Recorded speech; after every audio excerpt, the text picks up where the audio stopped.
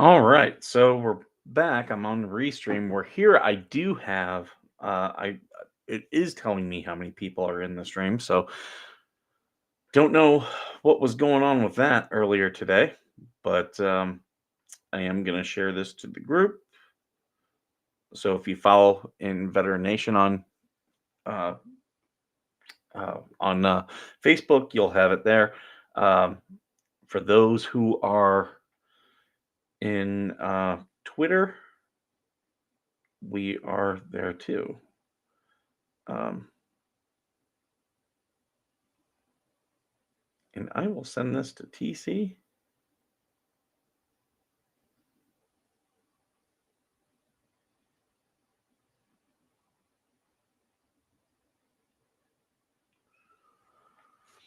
Okay, so I'm just waiting for Kevin to get here. He does have the invite now, so make sure that went through.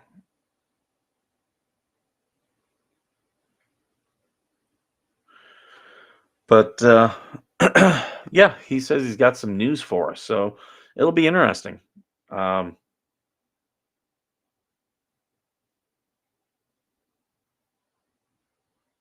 I'm just taking a look at. Whoa, okay.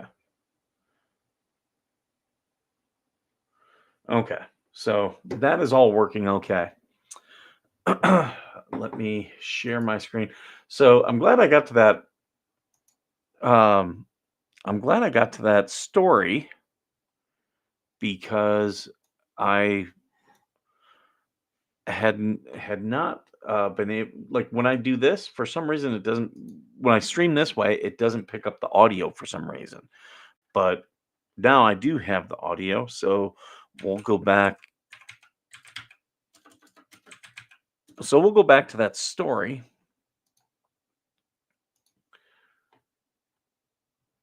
I'm just waiting for it to come up here. Ba-ba-ba.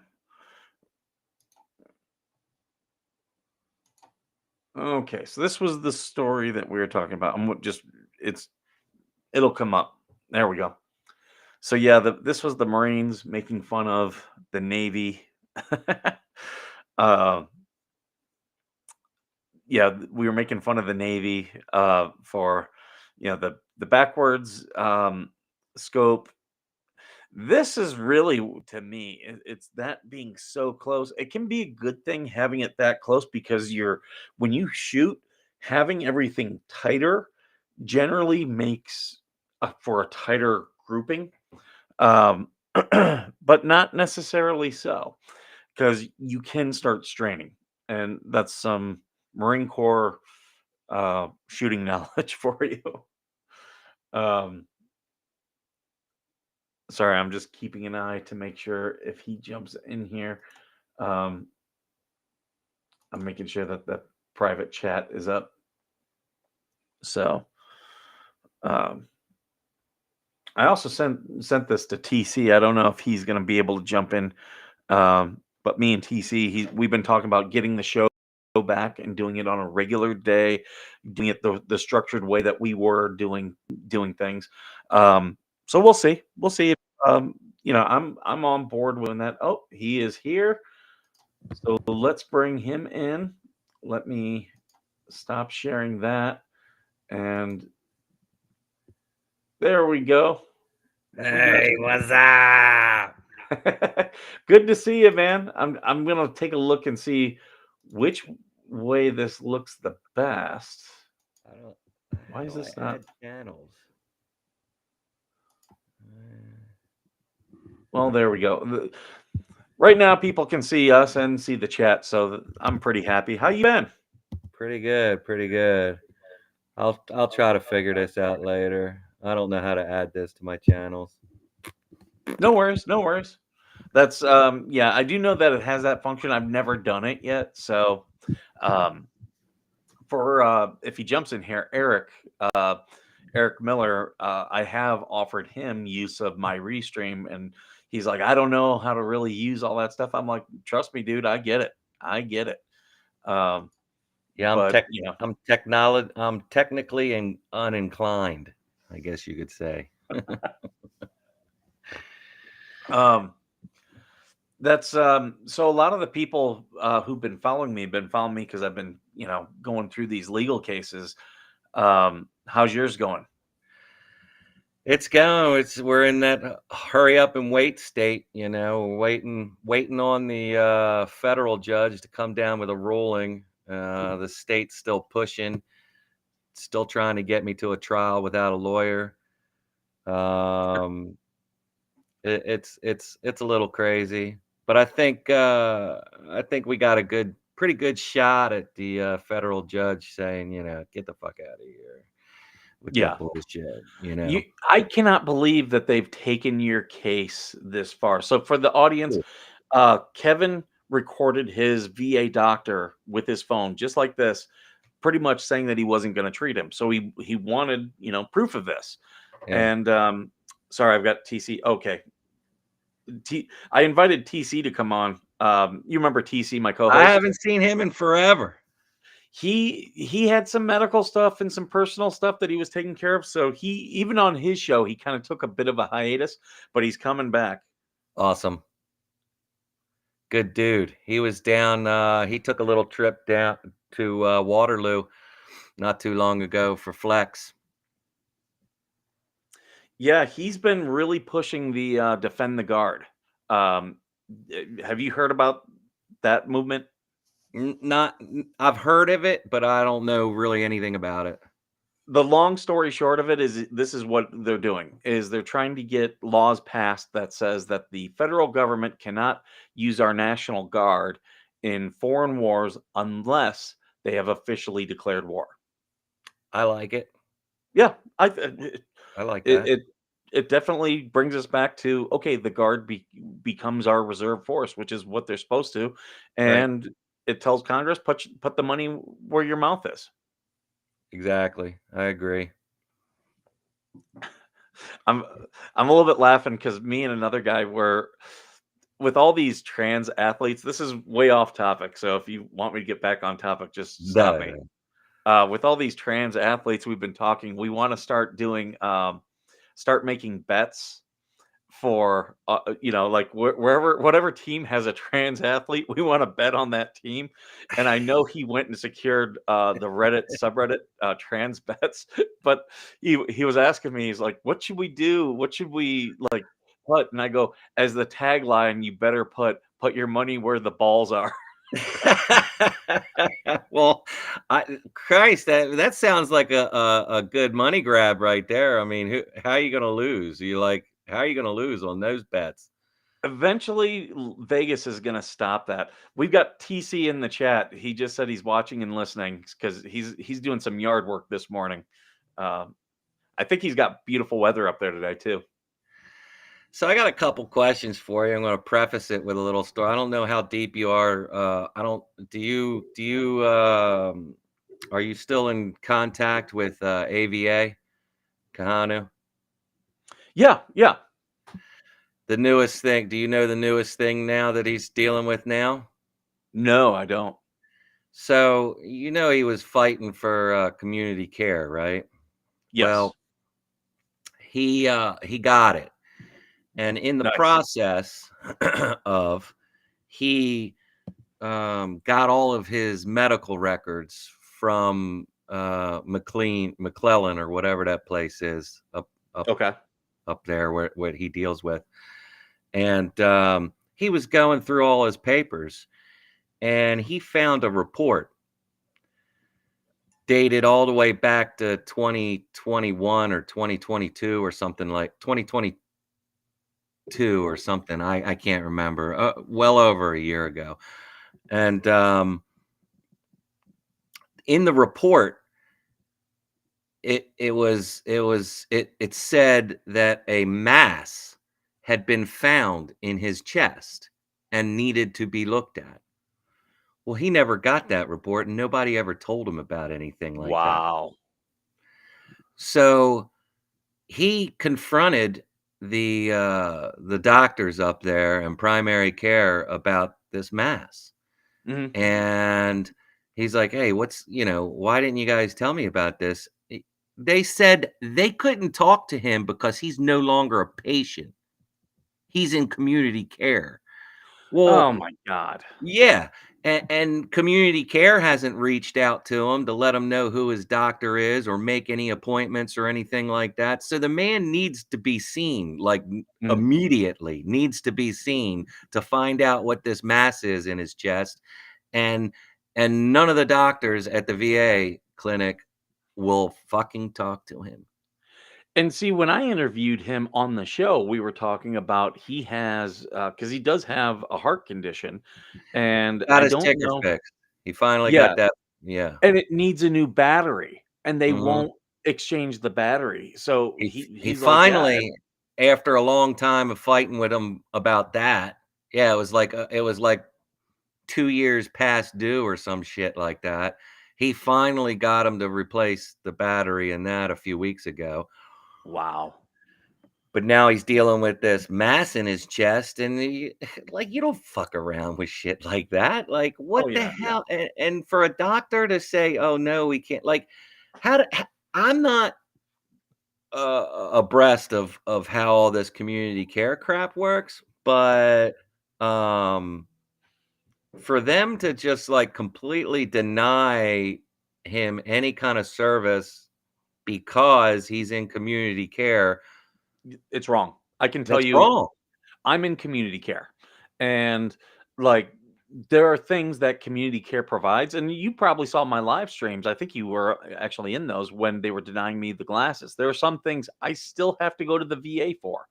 Yeah. So to say, I guarantee you, he still has a PCM at the VA, but he's also got a community care PCM, and the community care PCM can primary care manager, for those who don't know, uh, that is the person who can authorize everything, but the VA can absolutely authorize everything to say, nope, we're not a part of it. That is absolutely wrong. And the sad thing is, he has a congressman up there who is absolutely not engaged at all. Like, No, refuses to be engaged. Called the yeah, police on him, everything. Like, yeah. and Congressman Amy Barra. yep. And he's in I think that's San Jose area is where that's covered, that VA. Um, and yeah, does not care, will not help any veterans. And because of the demographic makeup of that area, he's never going to get voted out of office. So Yeah. unless he moves, he's never going to get better treatment. And that's really sad. So, how do we make some noise about this? Like, like, who do we need to call? Who do we need to contact? Who do we need Um, to redress to get this man into the hospital and get the scans that he needs and find out what the fuck this mass is? well, I think we should definitely do a letter. And I know people are like, really, you're going to write letters? If we could do almost like what I just did with Judge DeSantis down in Florida, is we do a change.org petition and a letter, or we can do a letter. And I think if we have enough veteran streamers, just do a letter, because we've got me, we got you, we got Eric, we got Greg. I'm You have more connections in the community than I have. I'm trying to get all these connections. We got TC. If we can get veterans with channels and a platform and say, look, we're helping this guy. This is what's wrong. And then we all sign to it, because you've got more subscribers than I do. Uh, you know, it's a matter of, we will take this to your audience and we can send it straight to the House Veterans Affairs Committee. And I've got a pretty good Twitter following, and I've also got some big accounts on Twitter, big veteran accounts that will retweet it out, to where we can definitely, if we do a letter that we can post online, they will, I'll send it to them and be like, hey, can you just give me a retweet on this? Um, some of these people are very good at, like, the lawyer, Ron Coleman. He's been on my show. He used to be Trump's lawyer. He's got like 500,000 followers. He'll, like, me and him DM, he'll retweet stuff for me. Um, Yeah. so like, sending it to them, we can get a lot of attention. Who do we get to write it? Because I suck at writing. I mean, do you want to write it now? I'll write it. Yeah, let's get a hold of AVA You want me to invite him backstage to the and stream? or yeah, let's hold on. You know what?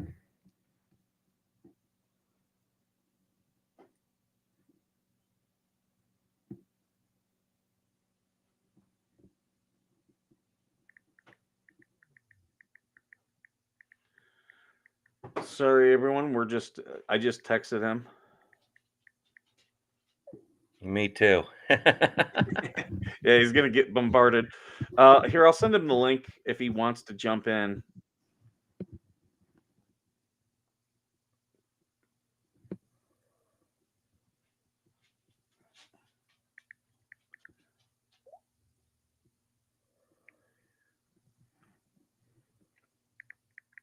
There we go. So I sent him the link. So if he does want to jump in, we can do that. Um, I'll get to the comments here. Good morning, Roy. Welcome. Uh, Boudicca, sorry if I screwed that up. Judge Thomas Lo DeSantis is the governor trying to get anything done through the VA is an act of Congress, and unfortunately, the administration in office now doesn't give two squats about the veterans.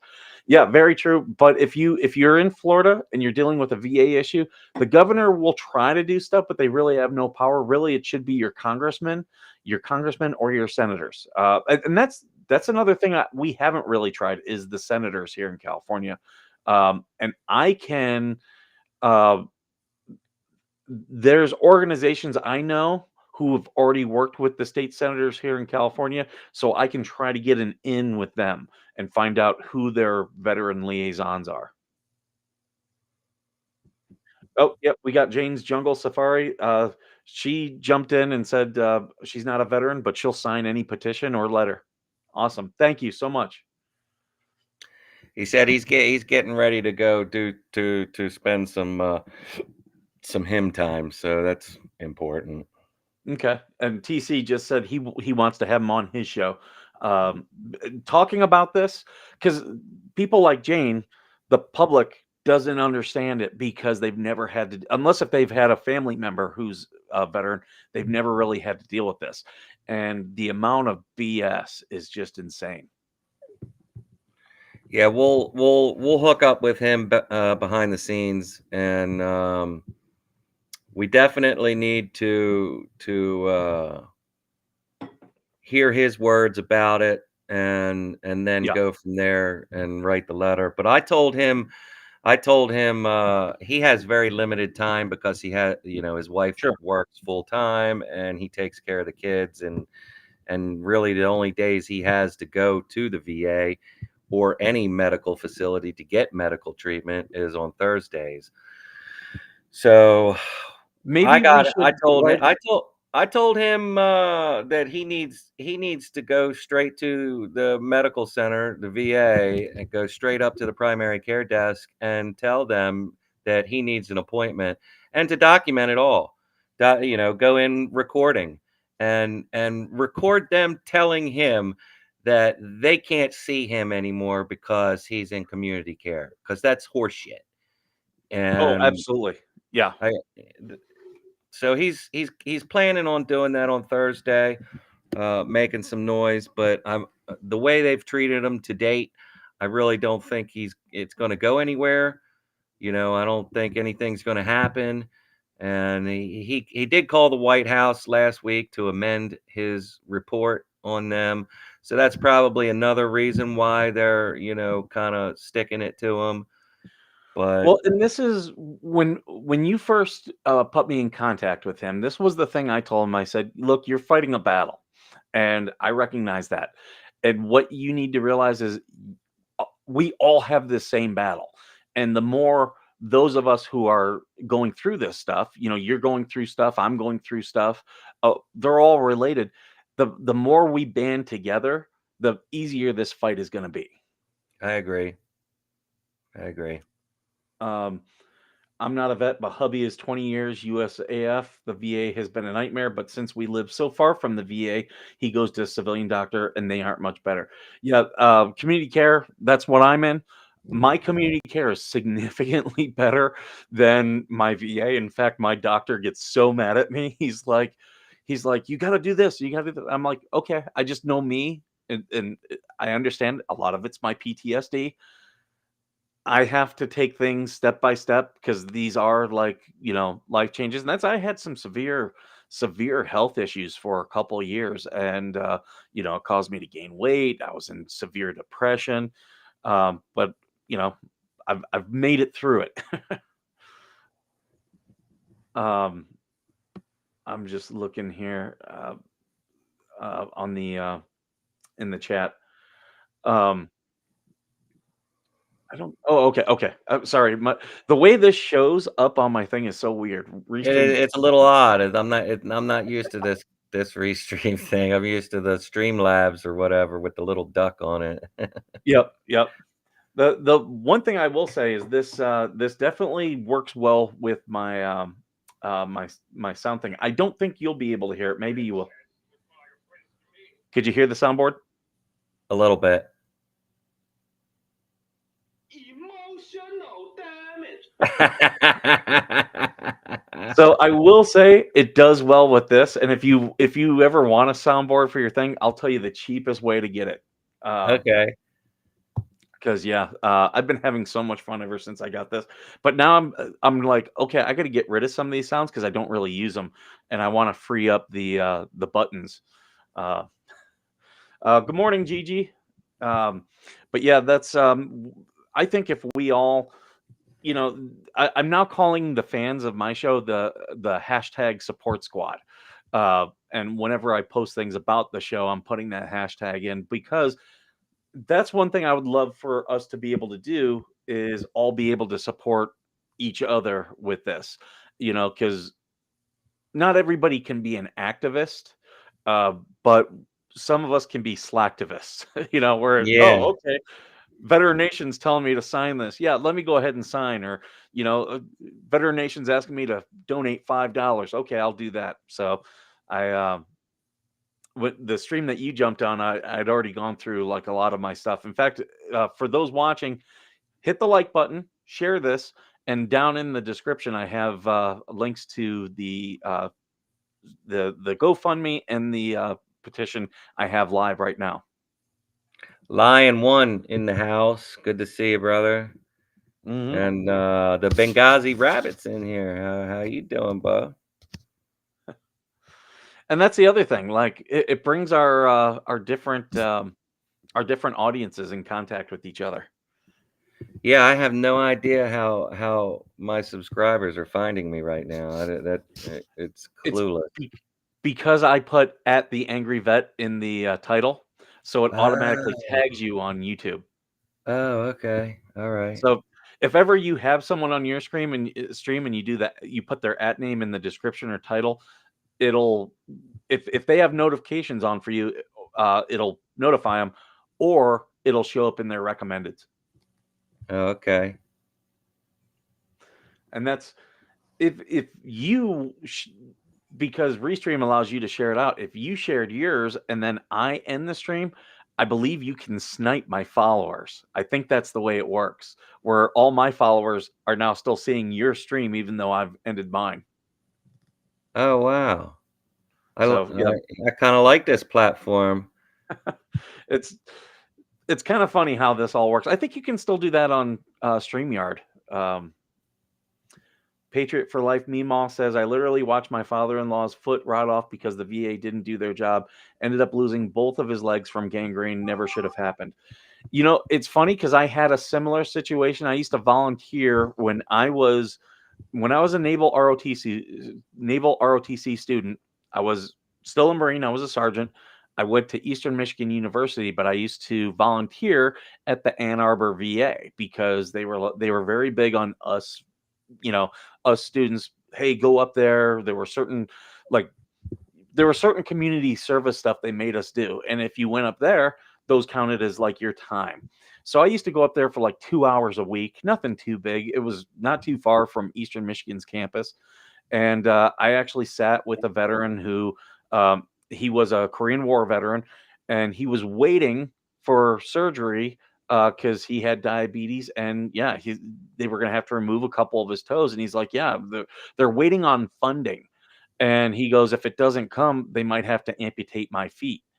And what's BS about that is, we have all these people who want single payer healthcare. Well, this is single payer healthcare, and the government does a horrible job with it. And Bernie Sanders is the Democrat ranking member on the Senate Veterans Affairs Committee. So the guy who's pushing all this onto us, that's who a lot of people supported. And that's why I was absolutely against Bernie Sanders, because he knows it's a failure. Yeah. Yeah. Yeah, like it's kind of ridiculous. We had to fight for my uncle is a Vietnam vet, or was a Vietnam vet, and we had to fight and fight and fight for Agent Orange for years and years and Oh, yeah. years, and they did not give it to him until he lost some digits, like literally lost some digits over it. That was It still was involved in the disgusting. PACT Act, Agent Orange. Yeah, There's still people yeah, fighting. and then when he died, they tried to take it away from his wife. They like cut her off completely. Stopped paying. There's a story kind of related to this, if I can find it, because where's that? This is a news story. So go ahead. I don't want to interrupt you. Oh, that was it. Okay. We 'Cause, yeah, I finally wanna did find get this. it. We finally did get him to get it back, to finally give it back to her. So she's still receiving it now. But yeah, it's disgusting what they do. Like they play every little game that they can to keep from paying you. Period. They'll do everything Oh, yeah. in the book and that's the way the government's always been, as far as I'm Mhm. concerned. Ever since I've been involved with the government, is they are they are quick to take it from you and take forever to give it to you. Um, Hold that thought, because I do wanna talk about that, but I do wanna show this story because it's about amputation. Um, John Wayne Bobbitt loses all 10 toes decades after his wife chopped off his penis. Eh, I saw this story this morning, and I've already retweeted it, and I go, "Even worse, he got cut off at the bar last night." So, just because we were talking about toes and amputations of them, yeah, I wanted to talk about that. But I'm actually help. I don't want to say his name because he's a fan of the show and he always comes up in the chat. So I don't have his permission to talk about it. But there's a veteran I know who he's getting his pay checked by the VA right now, his disability pay, because like 6 years ago he divorced his ex, and like 20 months later he got remarried. Now he was getting paid, he was like 60%, 60, 70% disabled then. So he was getting that dependent pay unjustly, didn't realize it. And then when after he got married and he went to go went to go to the VA the next time, they updated all of his information on a kiosk. Well, they didn't catch uh, that his new wife being added as a dependent. So I've helped him. He's now finally got his 100%, and he's trying to get his wife's health care, because once you become 100% disabled veteran, then your spouse and your family, they get health care as well. So he did all the stuff, and they were like, no, your wife is so and so, and he's like, yeah, no, we got divorced. And he's like, I remarried. And they were like, well, we need the paperwork on that. So he sent in his marriage certificate and his divorce decree. They want to check him for being paid as a 100% VA veteran for all 6 years. And he's like, look, I understand this was a screw up, but really, you should only check me for 20 months at the 60% rate, because that's what I got paid. And Right. he reached out to me and was like, oh my God, what do I do? And I said, well, the good thing is, you are in a district with a congressman who's active on VA issues. Like uh, I know people who've already worked with this congressman's office, and he's in LA. And there's like 5 or 6 congressmen. Most of them are pretty active on VA stuff, I will say. So I said, here's what you need to do. contact the veteran liaison at the office. I got him a number. He was able to contact them. They're doing the paperwork all for him. So it should be worked out, but that's how the VA does things. They just, oh, well, you should have to give us all this money back without actually looking at the situation and saying, oh, wait, this guy, 20 months, he shouldn't have been paid. It's like $160. Because I did the math and I was like, you should not be checked more than like $4,000, but instead they want like $20,000 from him. Mhm. And that would, Yeah. he goes, look, I'm now relying on this money. That would bankrupt me. Yeah, that's like that horror story. It's almost like that horror story with the veterans getting overpaid and nobody caught it, not even the veterans. And then they're like, oh well, you owe $150,000. What? And my parents belong to an AMVETS. This gentleman, I met him. I've talked to him face to face. He doesn't want to come on the show, and I understand. He was a POW in Vietnam, and he, was released, finished out the rest of his contract, put in his VA claim in 1980. It was denied. It was on appeal all the way until 2001. And it finally got approved in 2001. They had to give him $2.1 million in back pay. And Wow. this guy's been in pain and been fighting his whole life. And when I talked to him, he was like, him and his wife, they don't have any kids or anything. And he's like, I just don't know. He's like, we've never had this type of money. I don't know what to do. And I was like, well, what do you like to do? And we were talking. I was like, you should, I go, what you're explaining, I go, you should get yourself a trailer or an RV and just go around this country and see this country. That's what Yeah. you're telling me you guys like to do. I go, now that you're 100%, I go, you can go on to any military installation, stay at their trailer parks. If you go into any national park, you're a veteran. Veterans getting free to the national parks now. I go, you guys will be able to travel all over. That's what they do now. Sweet. But it's like that veteran who told me, he said, if you don't give up or die, eventually the VA will give you the benefits that you rate. You just have to not do those two things. Yeah, well, that's what they bank on, is that they hope you die before they have to give you the money, and that's sad.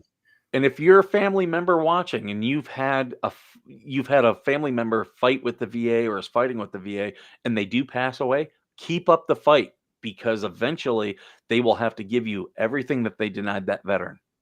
Hmm. Yeah, we were actually working on trying to get me to 100% when all this shit went down, so that kind of took a back burner.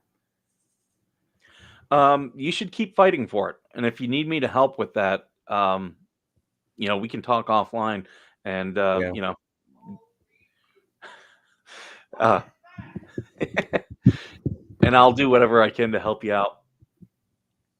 Caucasian Sasquatch in the house. Good to see you, brother.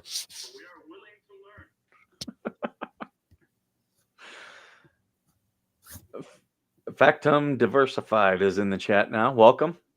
I got all these people. Like, I find it funny how I get on stream and people are like, "Oh, hey, gonna start texting you," and I'm like, "I've been texting you all day."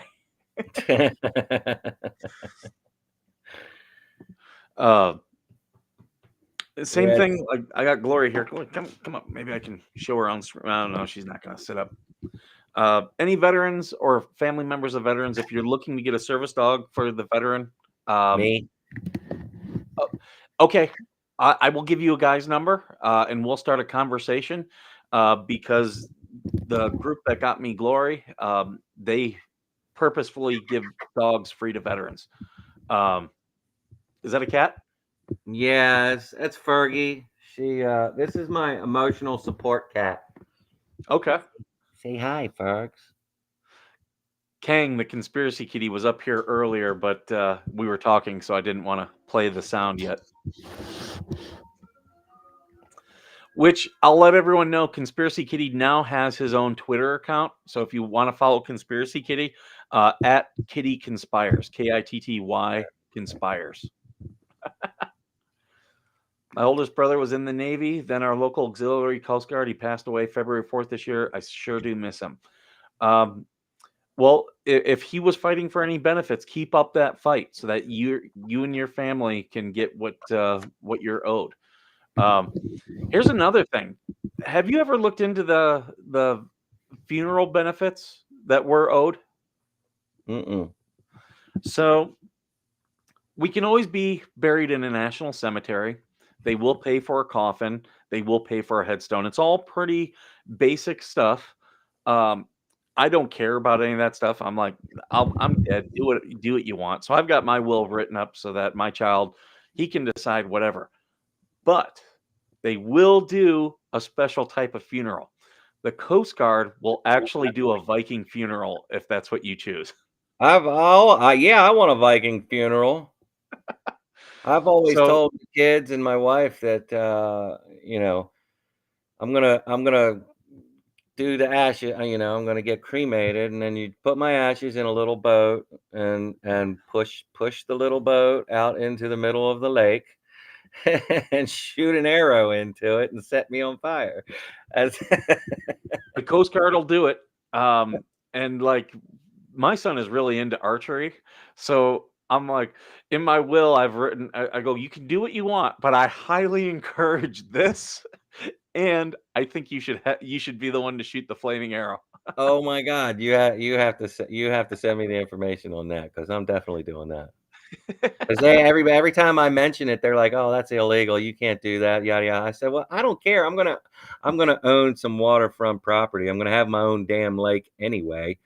Compliments of Baltimore County Police Department. But yeah, it's getting done one way or the other. But if we could do it legally, holy shit!" It's funny, I forgot that you're in the county, because, or wait, no, you're outside of the county, but you had to go into the county, right? Yeah, yeah. So I did a post yesterday. It was an old show. I can't remember, but it was a couple of gay guys who were doing a talk show, and they were talking about like what they do for fun. The one guy was like, "Oh, I go to scary heterosexual bars in Baltimore, like biker bars and stuff." And he was talking about how much fun they are, and it reminded me. I was in Baltimore County years back, like this is 20 years ago, and I ended up a bar that was it was in a I was in a bar that was associated with the gang the Crips. And this was not long after 9/11. It was in those couple years after, and I was clearly a Marine. I was actually there with a Marine from the area, and like I am the most out of place guy in a gang bar. Oh, absolutely. I went and we had a blast, and Yeah. I saw this clip and I posted it last night, and I go, "No, no, you don't understand. Some of these bars in Baltimore County, it's like going into like an independent zoo on the side of the highway." Uh-huh, uh-huh. We used to go to gay bars because they were more fun than and everybody knew you were straight. Like, as soon as you walked in, they knew you were straight. But That's it was the most fun bar, like, it was crazy. Drag bars and shit like that, it was crazy shit, but it was, like, the most fun time you could have. Everybody was so friendly and nice. TC says he needs a dog. Okay, TC, I'll hook you up with custom canines and their outreach. And Kevin, I'll hook you up as well because they place dogs all over. That's how I got Glory. I only had to wait 5 months. The key to service dogs is depending on what you need done, what you need the dog for. Uh, that the training, the more complicated your case is, the more training the dog is going to need. So that's going to be longer for you to get a dog because they have to get one fully trained up. Yeah. The other thing is some people are like, no, I only want a German Shepherd or I only want a lab or, some people have these restrictions. Oh, For no, I me, don't care what it is, as long as it quells my anxiety when I start to, like, get triggered and my anxiety starts going through the roof, that's what I need is something to bring me down. no, absolutely. And for me, I got Glory and a lot of my like PTSD stuff is triggered by the places and the memories tied to them. And I used to walk into buildings and just be like, I got to walk out. I'm sick to my stomach. Once I had Glory, it was like someone hit a switch. If I walked in, no problem at all. Um, and like I'll be going to one of those places today. Glory's going to be with me, and I know I'm not going to have any issues. If she's not there, I might get a little bit queasy. It's way better than what it was. But yeah, that's my condition. But yeah, like Glory was supposed to go to an older gentleman, so that's why she has some training. Like I've showed on the show, she can take my socks off because that gentleman had mobility issues, but I don't. But Glory loves that's her favorite job, so we still do it, don't we? Yeah, let her do it, right? She loves doing it.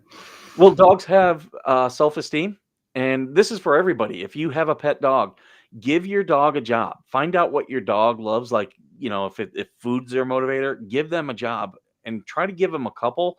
And whichever one they love the most, let them do that job because that's what those in a pack. Every dog has a job. So if you give them a good job that they enjoy, you'll never have a problem training that dog. Factoid says I'm trying to rehome a husky lab mix. The owner passed away. Not a service dog though. What part of the country are you in, Factum? Because we might have, who knows, maybe we have got someone in the stream that would, or that watches the stream that might be interested. Bodicea says, can we send them a dog we already have to be trained? I have a Frenchie that needs professional training. Just kidding, stubborn little monster. They're always looking for trainers and they're always looking for breeders. That's one thing I can say. And custom canines, they're also looking for leashes and food and donations like that. So you can always reach out to them. But there's a couple places like that too. On Facebook, I follow Operation Battle Buddies. They're based out of Texas, and they do the same things. Okay, so Factum is in the Philly burbs. So if you're in the Philly area or not too far from it, and you're looking for a Husky Lab mix, we have a user here who has a dog that they need to rehome. Yeah, don't you? I got my dog down here. Come here. I'll try to mess with the camera. So there's Glory. Yeah, say good morning.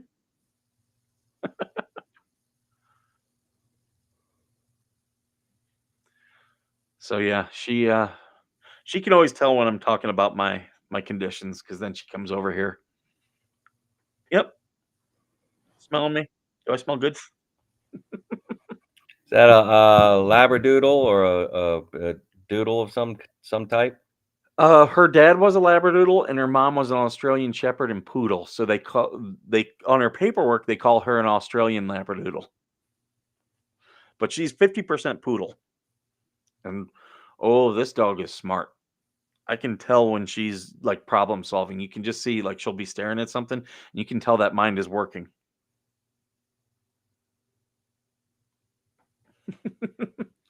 We need to we need to figure out a way to get rid of some of these hospitals and get us on like supplemental insurance, like insurance cards, like Blue Cross and Blue Shield, like insurance plans. I don't understand why the absolutely. government, I don't understand why the government just doesn't have a flat out insurance plan, whatever, that they can give a veteran their card and the veteran can go to, any hospital, medical facility that they want to go to. I just don't understand why. Well, I know why. I mean, it's the money. It's all about the money, but I don't want, why can't they just make it easy? Why hasn't Congress just stepped in and been like, Yeah. this is ridiculous? Why, I think we've made some steps to that. So for those of you who don't know, community care is kind of that. You get put into an insurer. For me, it's TRICARE West. So anyone who's been in the military knows your insurance is called TRICARE, and but your TRICARE proper, and then I forget what the one for spouses is, but they've got a different name for it. And you can go to military installations, any military installation, or approved TRICARE facilities. Sometimes it's the VA, sometimes it's other community hospitals.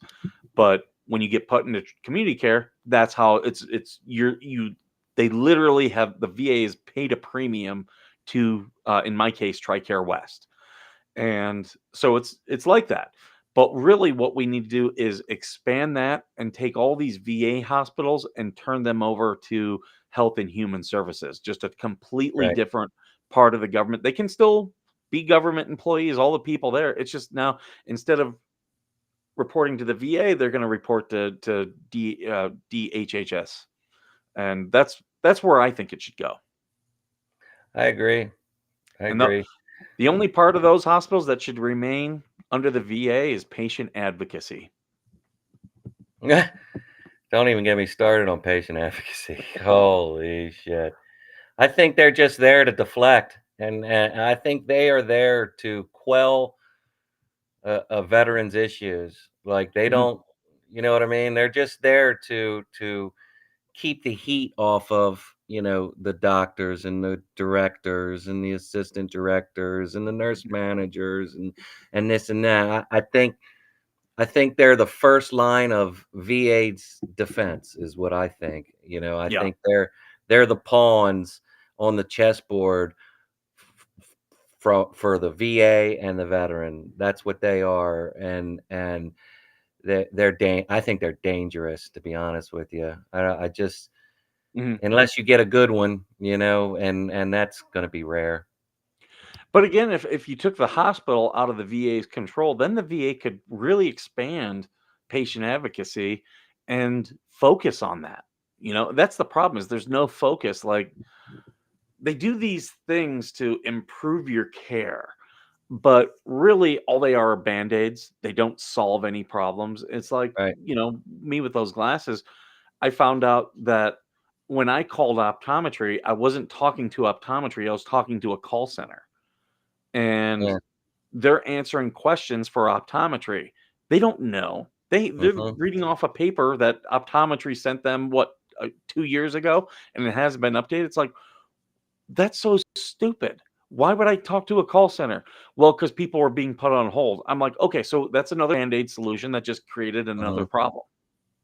Yeah, the whole phone system needs to be redone, to be honest with you. Like, it took me Oh, yeah. 45 minutes just to get to, primary care, like, an actual person on the desk in primary care to answer a simple fucking question. Like, it shouldn't be like that. I had to go through, like, 5 different I had to figure out whether it was 1, 2, 3, 4, or 5, right? By the time I got to where I thought I needed to be, Yep. every other thing was automated and sent to, every time I'd say, "Are you at the Perry Point VA?"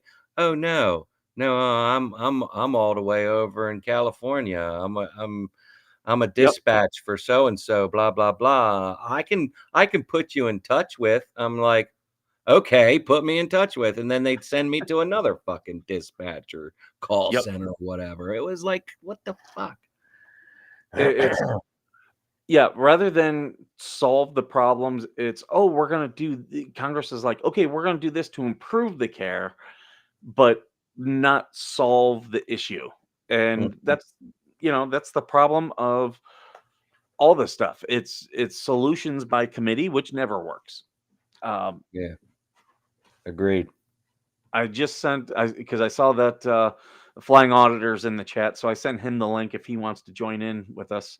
Uh, Greg, I love Greg. That's, I asked the other day, he didn't answer. Has he fled the country yet? Because I know he No, was talking no. about moving. In fact, I think he might be moving to Maryland. He when I talked to him, he had me convinced that I should be leaving the country. I was like, "You're I talking was to." convinced. I was convinced. Yeah. Then I told him, I was like, "Well, you know what?" I said, "I think I got a lot of work here in Maryland to do. So it's going to be a while for me to get out of Maryland." I had plans to travel the country, buy, you know, I had all my stuff set up and ready to go. And oh my gosh, he's big. He's big. Make him small. Let me see if there's a there. Now you're big. Now you got a big Oh, head. there we go. I like that better. Do you guys all like that? Yeah, I like it. Welcome. Hey guys, Good to have you back. I was hoping I'd get on my computer because I'm doing a lot of GIS work now. So, as I told Kev, a couple hours ago, I am buried deep into GIS stuff for one of my companies I own. So, end of the month, it's like I'm a wildlife tax guy when it comes to land. Who was I talking to? Someone asked me a GIS question. I'll have to go back, and I think it was a streamer. Kahanu's Um, trying to figure out, AVA's trying to figure out the GIS over at McClellan right now, because it's a used to be an Air Force base, and Yep. then they turned it into like VA clinical stuff and a bunch of good different governmental stuff and all. And he wanted to know exactly where he could stand on the sidewalk and protest. And I was like, well, dude, I mean, if it's a Any public sidewalk. sidewalk, it's a Yeah. public sidewalk. But But I understand that you don't want to be, rousted and harassed. So I totally get Yeah. that.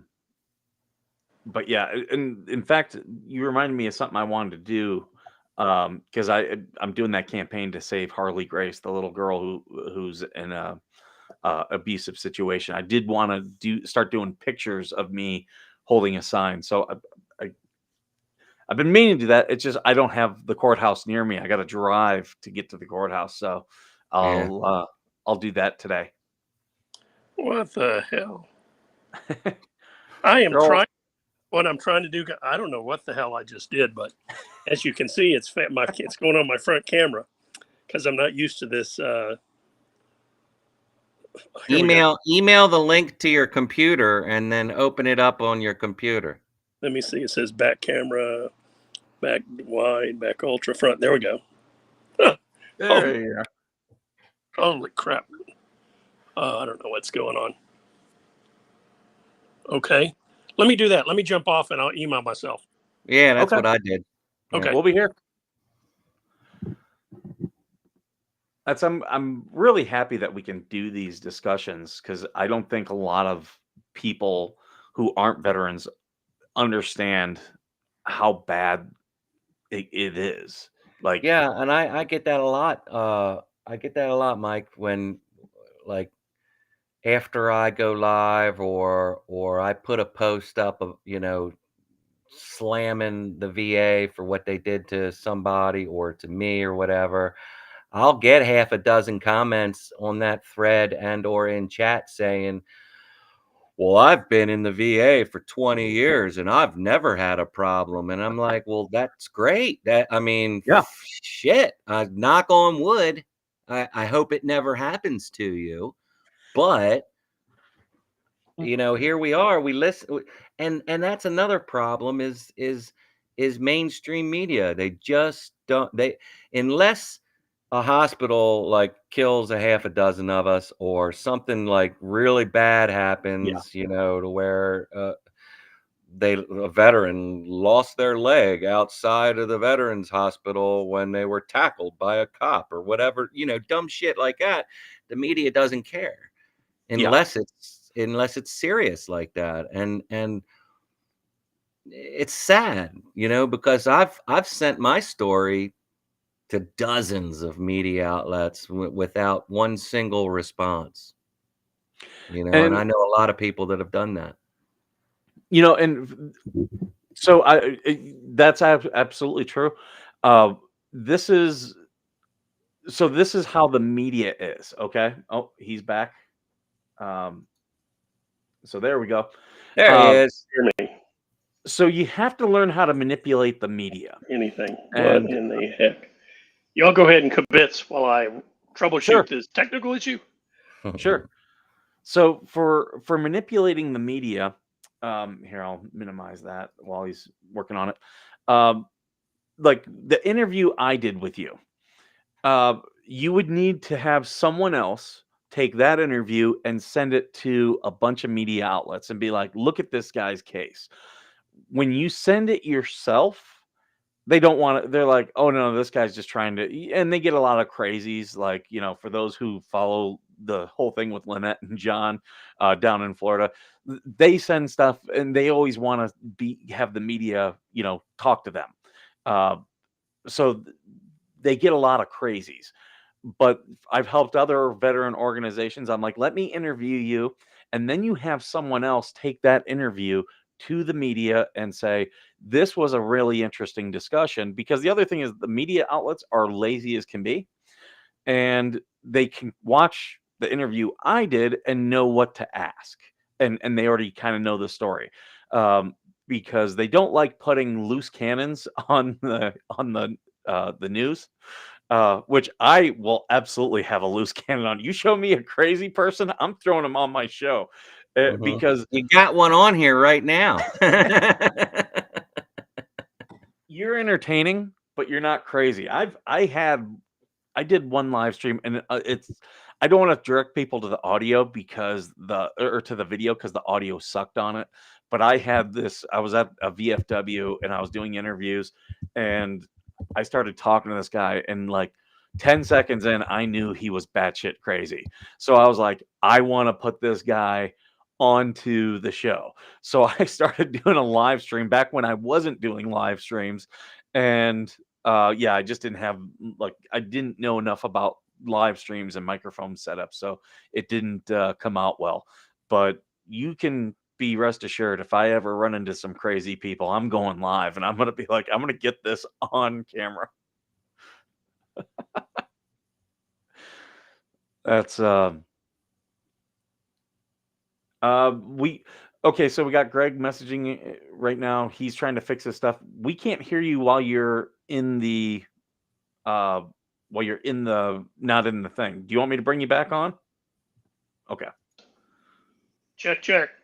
Oh, we got you loud and clear. All right. Hey, Jiminy Christmas. That's old school, Bubba. Hey, here's a little nuggets, useless nuggets for the noggin. If you know it, don't say it, okay? 2 phrases that are iconic. You don't have a pot to piss in, and you're piss poor. Those 2 phrases originated in the Depression era. And the first one was, you don't have a pot to piss in. Back in the day, a poor, destitute family all urinated in a pot, sold their urine to a tanning factory so they could use the urine to tan hides. Okay. Therein lies, you don't have a pot to piss in. And then, of course, piss poor is piss poor. Useless nuggets for the nugget. You heard it right here. That makes sense because of all the ammonia and the tanning. Well, the uric acid. I do want to highlight TC who's watching. He can't come on the stream, but TC says, Skipper, every time you have yourself on your show, you have crazy on the show. That is absolutely true. And look, every time I see Kev laying back on that daggum bed, I'm thinking, there you go. There you go, brother. Hold on. Oh, shit. Okay. Kev, whenever I see you in the bed, you want to know what I think of? Oh, stop it. Don't go there. Please, no. No, I don't. Have you ever seen the movie The Other Guys? Yes. Oh, yeah. Will Ferrell. Yep. Yeah, where the one guy, Will Ferrell's with his ex-girlfriend, and the husband is talking to Mark Wahlberg, and he kind of leans back, and he's got that beard, and he goes, I know you're thinking that because of the beard, I'm probably really hairy, but shade. Oh, that guy, that crazy guy on the couch? Oh, and I'm thinking, what was it, the car they had? Was it a Civic? Prius. It was a Prius. The Prius. Oh, Bob and the boys or something. Does this come with a dental dam? That is iconic. Yes. And if you've never done an office pop? Do an office pop. You know what's funny? Is that movie, I was in Afghanistan when that movie came out, and of course we would get all the bootleg movies that they would sell at the Haji market, right? So we had gotten the bootleg version of that movie and we watched it and we thought it was hilarious. And we started joking around about the desk pop. Like me and the major I worked for, I'd be like, "Hey, sir, when was the last time you had a desk pop?" And he'd be like, "Iraq, 2007. You know, we joke around until we had a negligent discharge in our office. Not us, but one of our Marines had a negligent discharge, and he was like, "Okay, we can't joke around about desk pops anymore." Oh my gosh. Oh, Oh well, shit! back Yeah, in it's a my great movie. back in my era, I sound like an old coot because I are one. Um, we we had a guy we called Shaky Jake. Shaky Jake. Yeah, this guy used to stand at the gate for all the bases, and literally he was so nervous. And I was a canine dude. You know, you come up and scare the crap out of him, and there would be women of the night coming in to the base, and he would go, "What are you here for?" And the ladies will ultimately say, "Well, we're secretaries. We're going to be taking some dictation." He had no clue. And this is in San Antonio, Texas.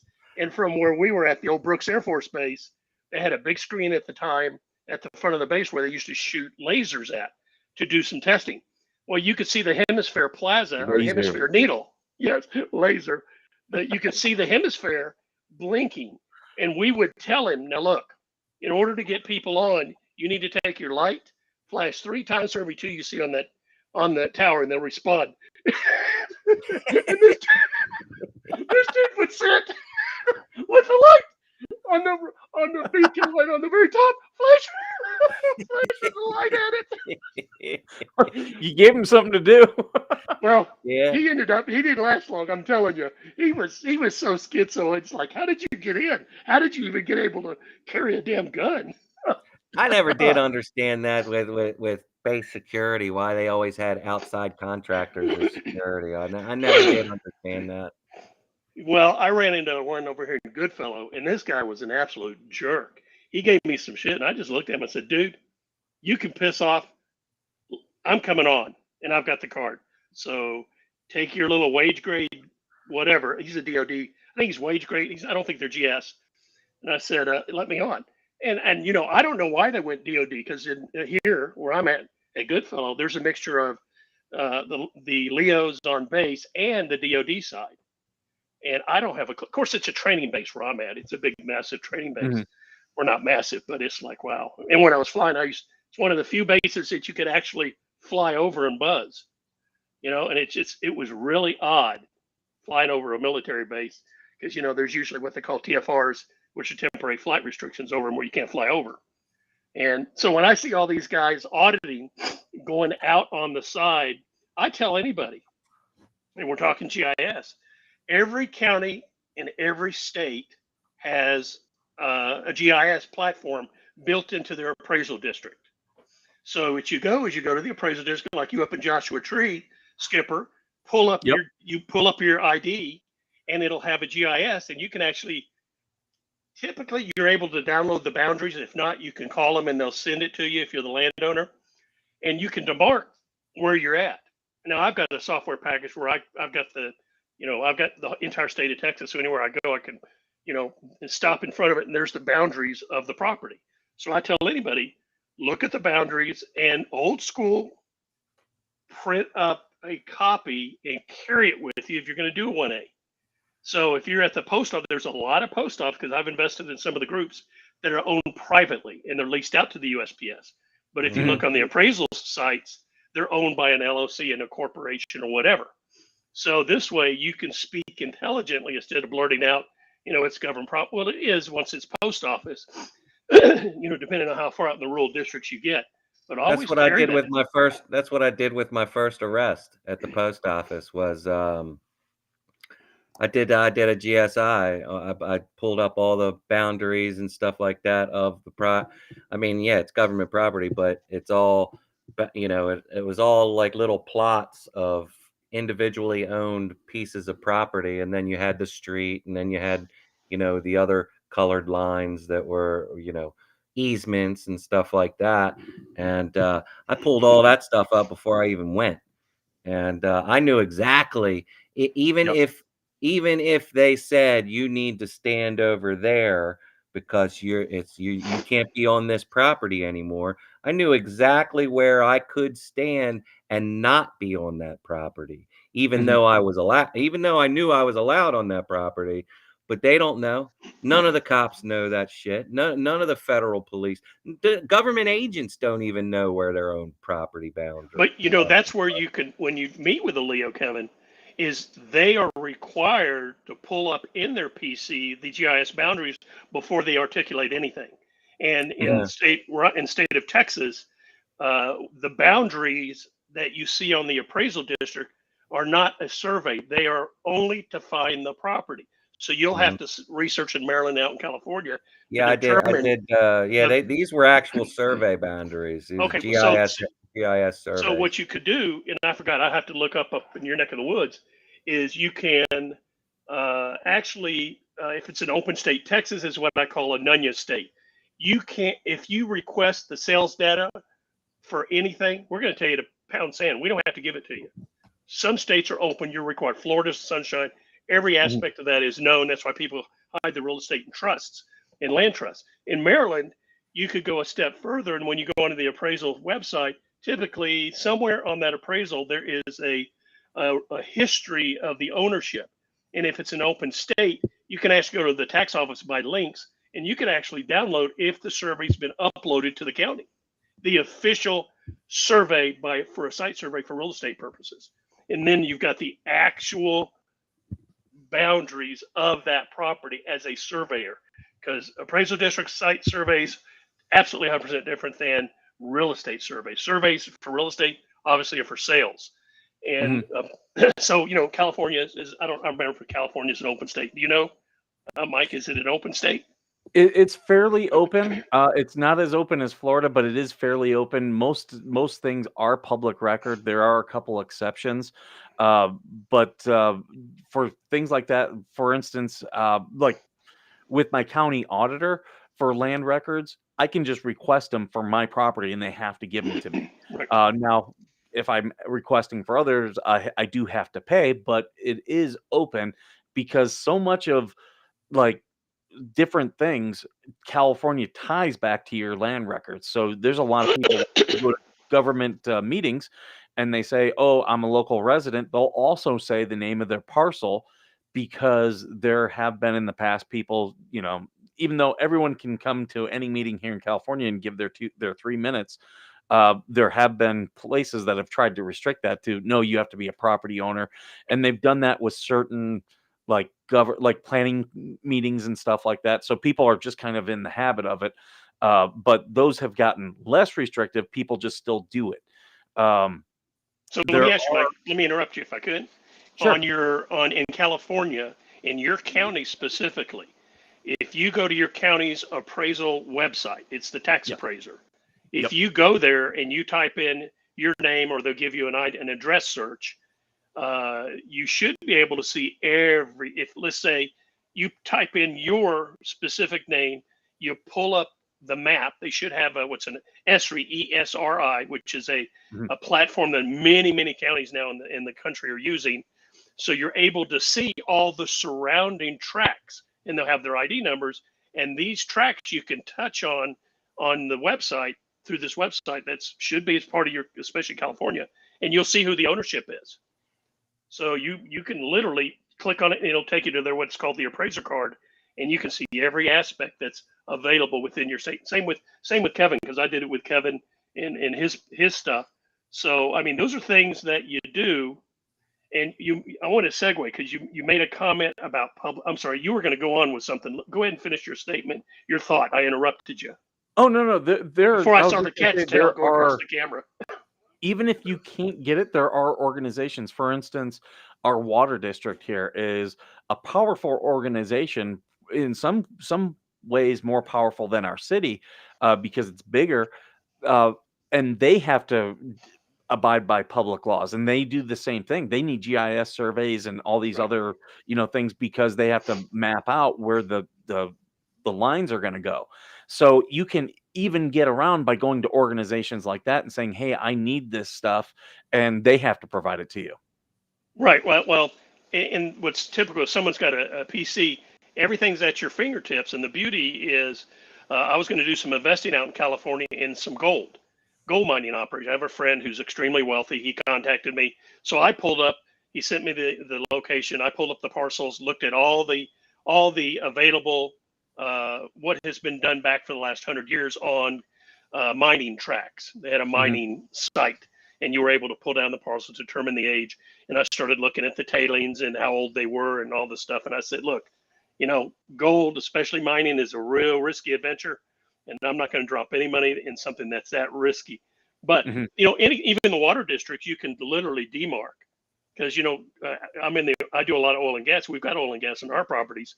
But water is, it's the source of life. And, it's important. Of course, where Kevin's at, I mean, it's everywhere, everywhere and in the day up in that neck of the woods.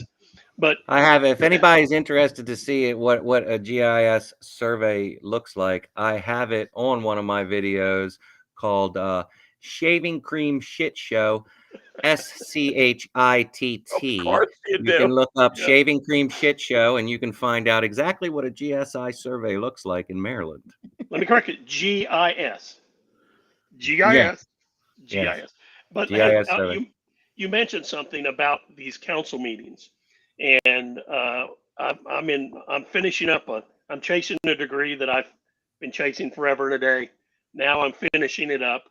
I'll have over 180 hours graduating, which is ridiculous for a BBA. And then I might, in Texas, which is unique.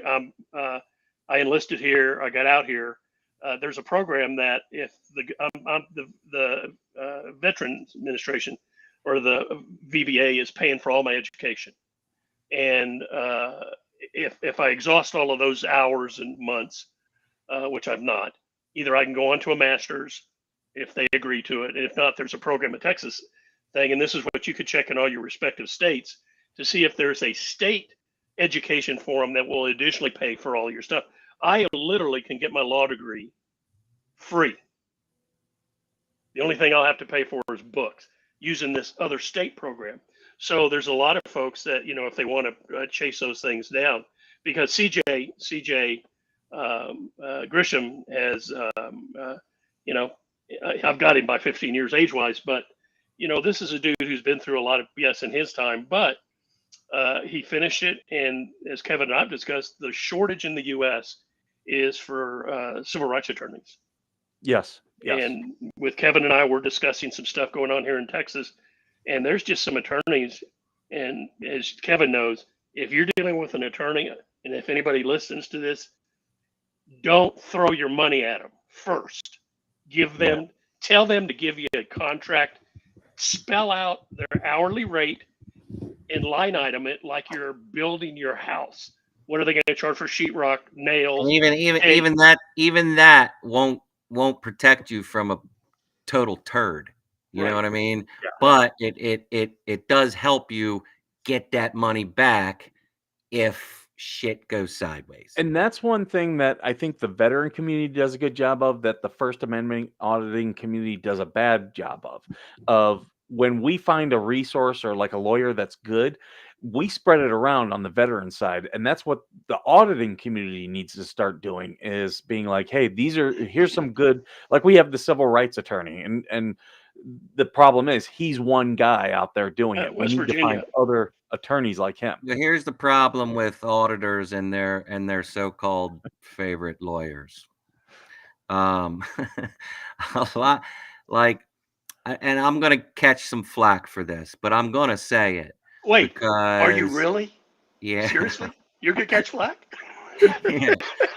You saying something controversial, I don't believe it. In the auditing community, it's more of a mine kind of mindset, and half the time, or maybe even more, these so-called lawyers and some of these internet lawyers, really, they may have done a good job with your case, okay, but when it comes to somebody else's case, it's completely different. Okay, mind you, we're talking about all the same constitutional issues and this and that. But having the argument that it's your constitutional right to do such and such, such and such, doesn't matter when you're dealing with a fucking judge and a prosecutor and a system that doesn't give a fuck, period, about the Constitution. So you have to find the back door, and you have to find the other ways, and you have to write your motions different and certain ways in order to make the things go the way you need to go. And a lot, from what I'm seeing, a lot of these lawyers, these YouTube lawyers and these new, 1A lawyers and yada yada yada, they just don't have it right. You know what I mean? Like, I understand that they need the experience to get the experience and to learn and all this other shit. But before you step in the fucking ring, you better fucking be prepared, because all they're going to do is they're going to set us back, and they're going to set precedent against us, and they're going to set case law against us with dumb shit. TC makes a good point. Way too many auditors think they own the space. That's the problem. And that's I've encountered that with auditors as well. They want to protect their brand and promote themselves. And we need to be more of a community coming together to improve the community. Agreed. Can I offer some thoughts on that? Sure. When I had a construction company, and I had 30 projects running at once, and I had all my subcontractors. Well, when you're in construction and rehabbing and all that, you don't share your crew, your subcontractors, with anybody else. Why? Because they won't be there when you need them. Now, when we're talking the legal aspects, there's a guy here in Texas, Julie. It's Justin Pulliam, or Justin Pulliam. My mind's blank. Justin, pull him. He's out of East Texas, and he is an investigative reporter. I mean, this guy is really thorough. I mean, it's just incredible. However, he just came out and said he had to forego cop watching because there's this one county in Texas that literally has almost made him go broke because litigation. I mean, the egregious fees for filing. I mean, it's just outrageous. So what ends up happening is, and I've said this, and Kevin and I've discussed this, if you're going to go out and do anything that could get your butt in a bind, have a printed list and have attorneys you've spoken to say, right, if I get into any problem, are you available? And hey, doing the 1A audits, as some people do, some of them do it for whatever reason. But keep in mind, you can't continue e-begging because it gets old. There's too many people out there saying, pick up the camera, go record a cop, go record a cop. But then in the same breath, they're not helping those people that are getting hemmed up by the cops and the injustice system. They're not, okay, great. Pick up a camera and go record the cops. But that's all they say. They don't say, but first, make sure you got a good fucking lawyer and some money in the goddamn bank, because it might turn out to be a $50,000 endeavor.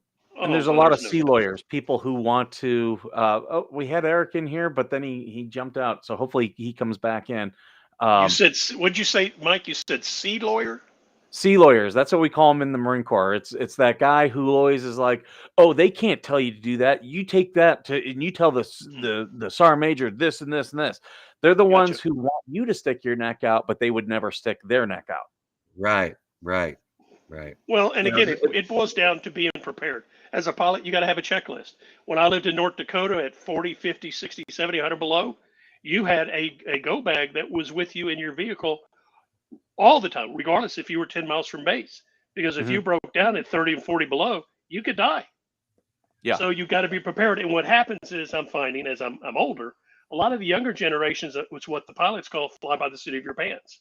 Let's go out and do it. And like Kevin has said, and like you've said, is people do what they do for whatever reasons. They have specific rationale. And in the community of people that are standing on their rights, whether it's 2A, 1A, regardless, preparation will keep your butt and your family from going destitute and having to, put a mortgage up to get someone out of jail. And I mean, there's some guys that just go out there, just get themselves, and they don't think, they just go because it's a type A, this is who I am. And I'm from the school, as I've gotten older, I'm going to be going overseas, like I've said multiple times.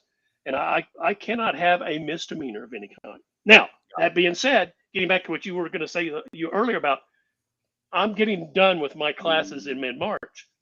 I'm going down to the communist city of Aransas Pass, Texas. And I've told Kevin some of the backstory on this. I might be heading with you. Well, I'm going to let people know 2 weeks before I go, because I want to hit the city council meeting. And it's going to be a funny deal what I'm going to do, but I'm going to come down, and I'm going to come down prepared, because CJ Grisham has filed suit in a lot of different cities here in Texas for abridging your right to speak.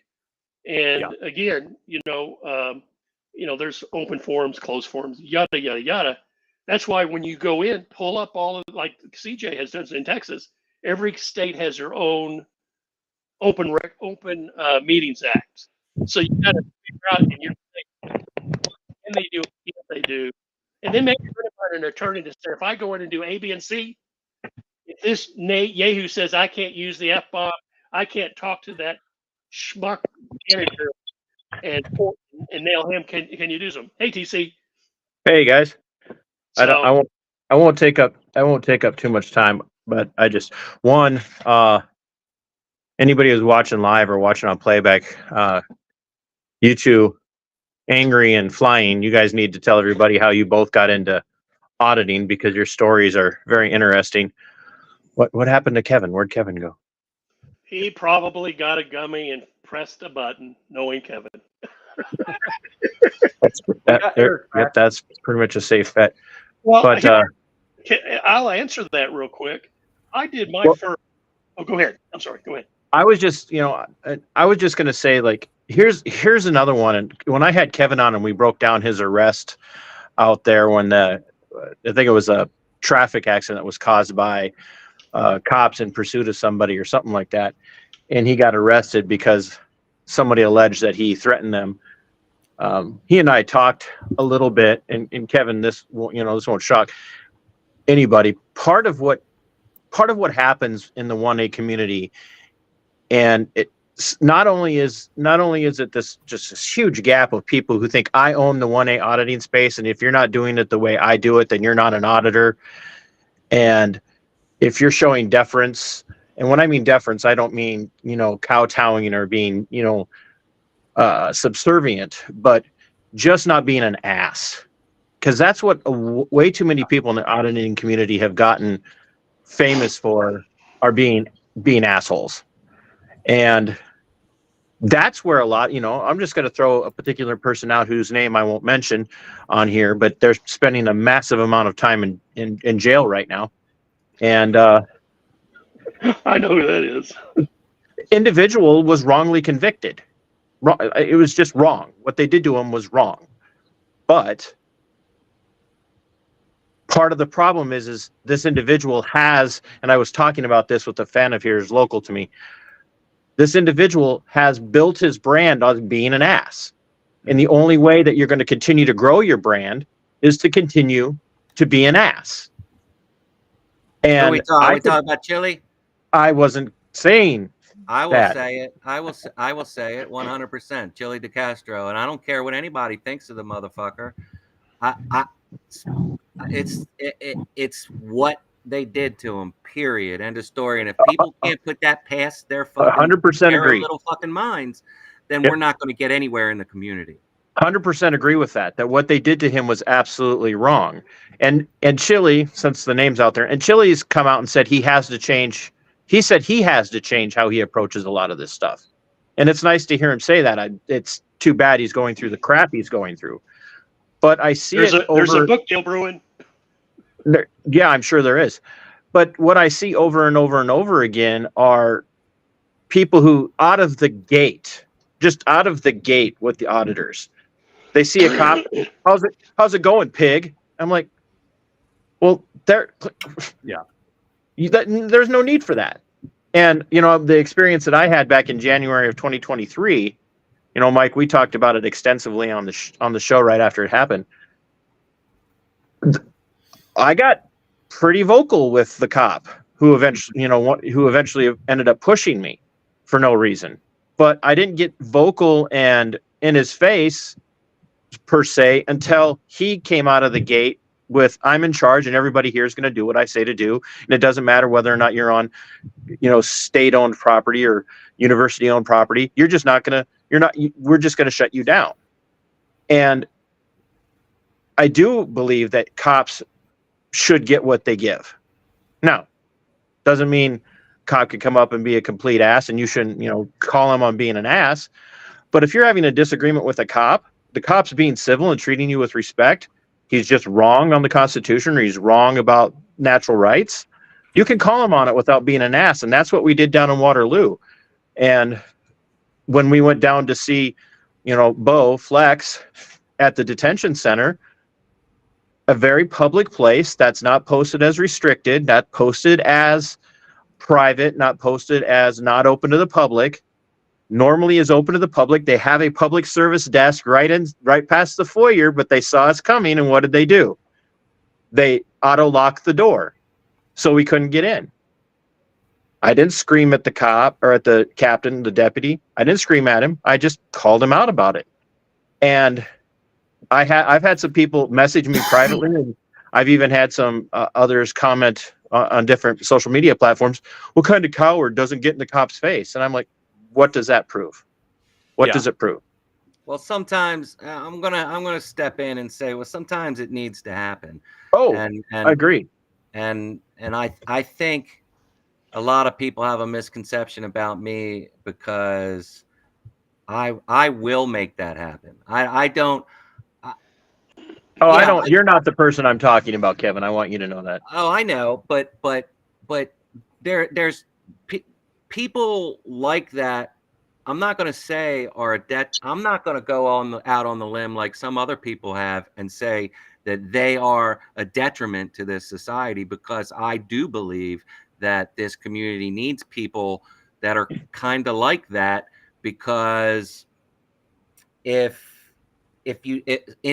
some situations, not in every situation, sure, but in some circumstances, there has to be that push to the line. There has to be that, take, that guy's a fucking tyrant, but you're not going to get it unless you talk to him like this kind of way, kind of like the whole Captain DeCara thing with me. You know what I mean? Like, I knew that guy was going to do something stupid, but I knew it wasn't going to happen with me just walking around not saying anything. Mm-hmm. You know what I mean? No, I 100% agree. And that's like, if you go check out the most recent short that I put up from Waterloo, I put right on in the title, "Nice Cop Gets Caught Out," or I can't remember what the exact title is, but it's a short from the longer interaction. And he's just sitting there and he's got this kind of, it's that asshole kind of smile. He's smiling.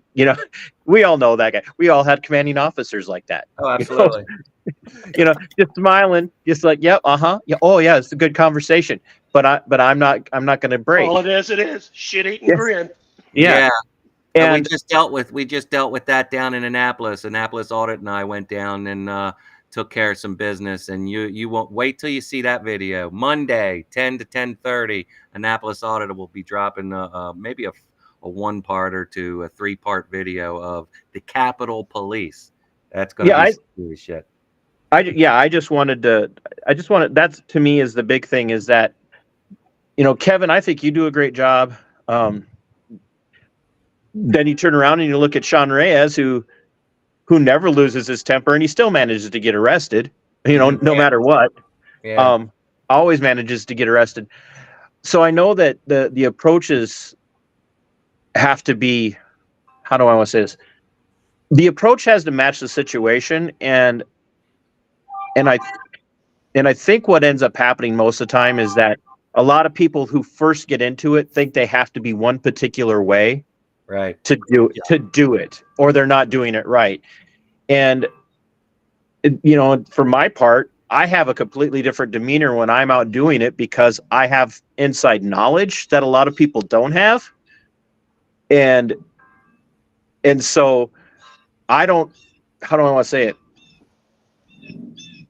I could trip them up in jargon that they use. Does that make sense? Absolutely. I could trip them up in a lot of the jargon that they use. I know when they're practicing interpersonal communications as it's taught to every single law enforcement officer in the United States. I know when they're using critical incident training jargon, even when it doesn't apply to the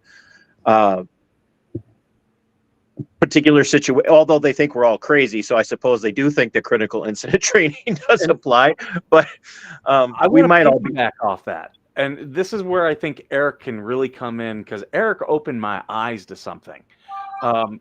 So Eric, you see the KD7 LTN, that is Eric's, his call sign for his ham radio. And I was talking about how I would like to listen to the police scanners here, but they're all digitally encrypted now. Eric, go ahead and tell them what you told me, what you opened my eyes. Digging the beard game, Eric.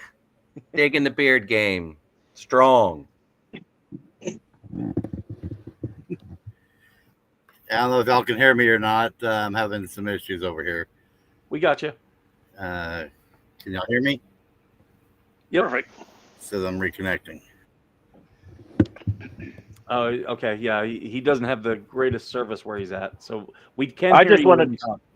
while he is getting ready to come back in, I was just going to say, I just wanted to drop in and say hi and say my little piece, because the two guys in here that are auditors, I have massive amount of respect for. Mike, I still like you.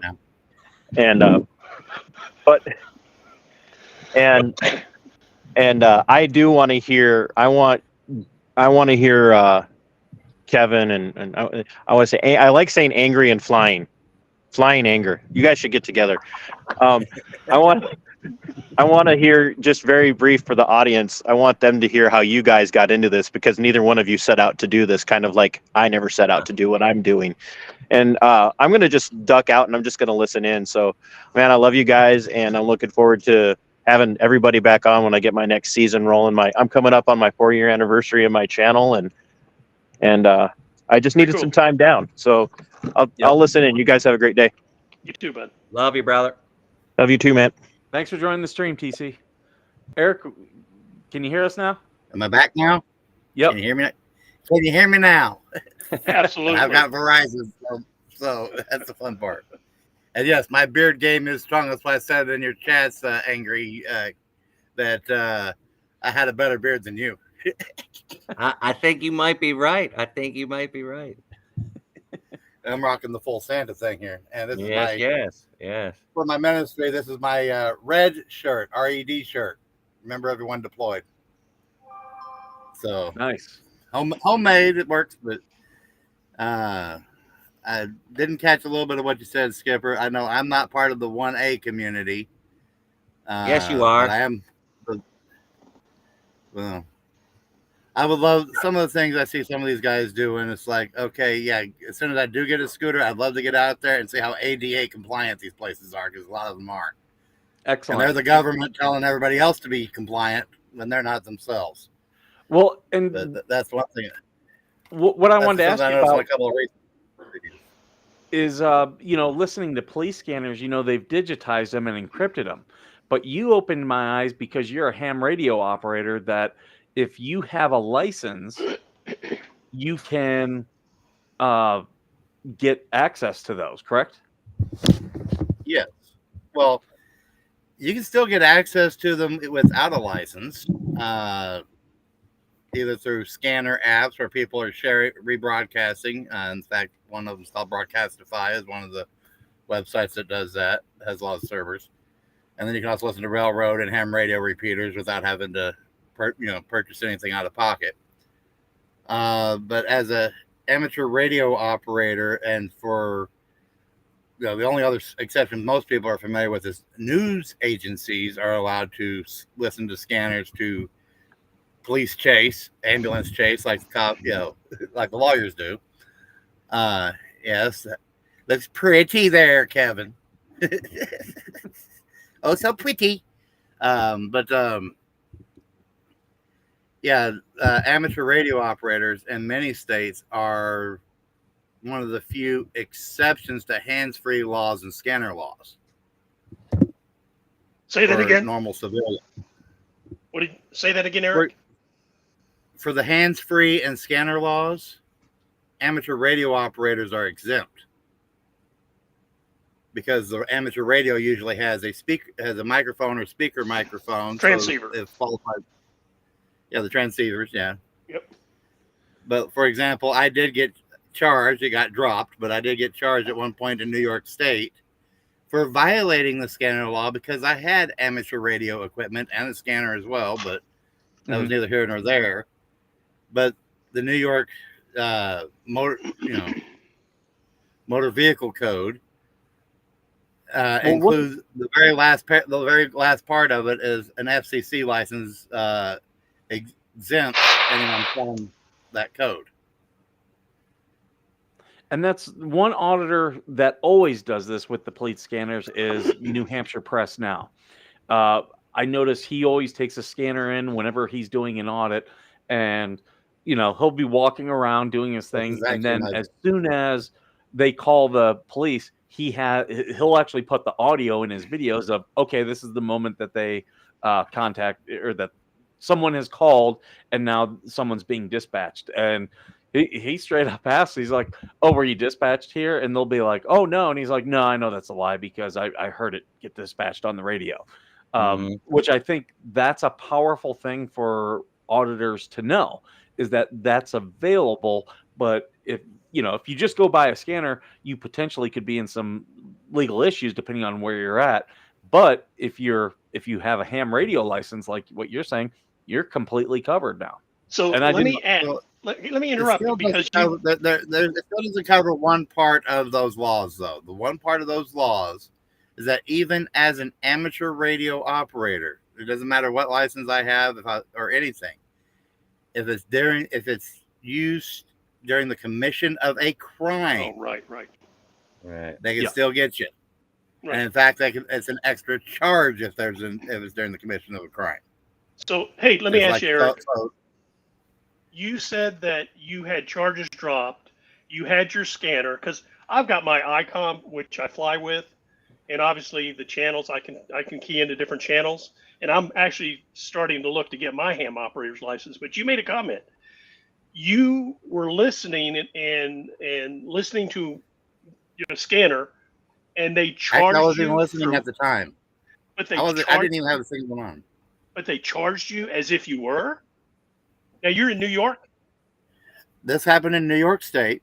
To be honest, at the time I was homeless, living in a pickup truck, and I had a Radio Shack handheld scanner because at the time a lot of their stuff was still analog. In Western New York, aka Oops, he locked up. We got him back. Here we go. Bring him back. There I am. Okay. And they were still analog at the time. I know that's not where I was when I lost. But because I was parked, the fun part was I was parked in a private parking lot in front of a Salvation Army behind a gas station that kept late hours. I went in to use the restroom in the gas station. The clerk was cordial, but apparently, since I'm 6'2", and at the time, around 260, 270, about half of what I am now, they called law enforcement, the New York State Troopers, because there's actually a barracks in that town.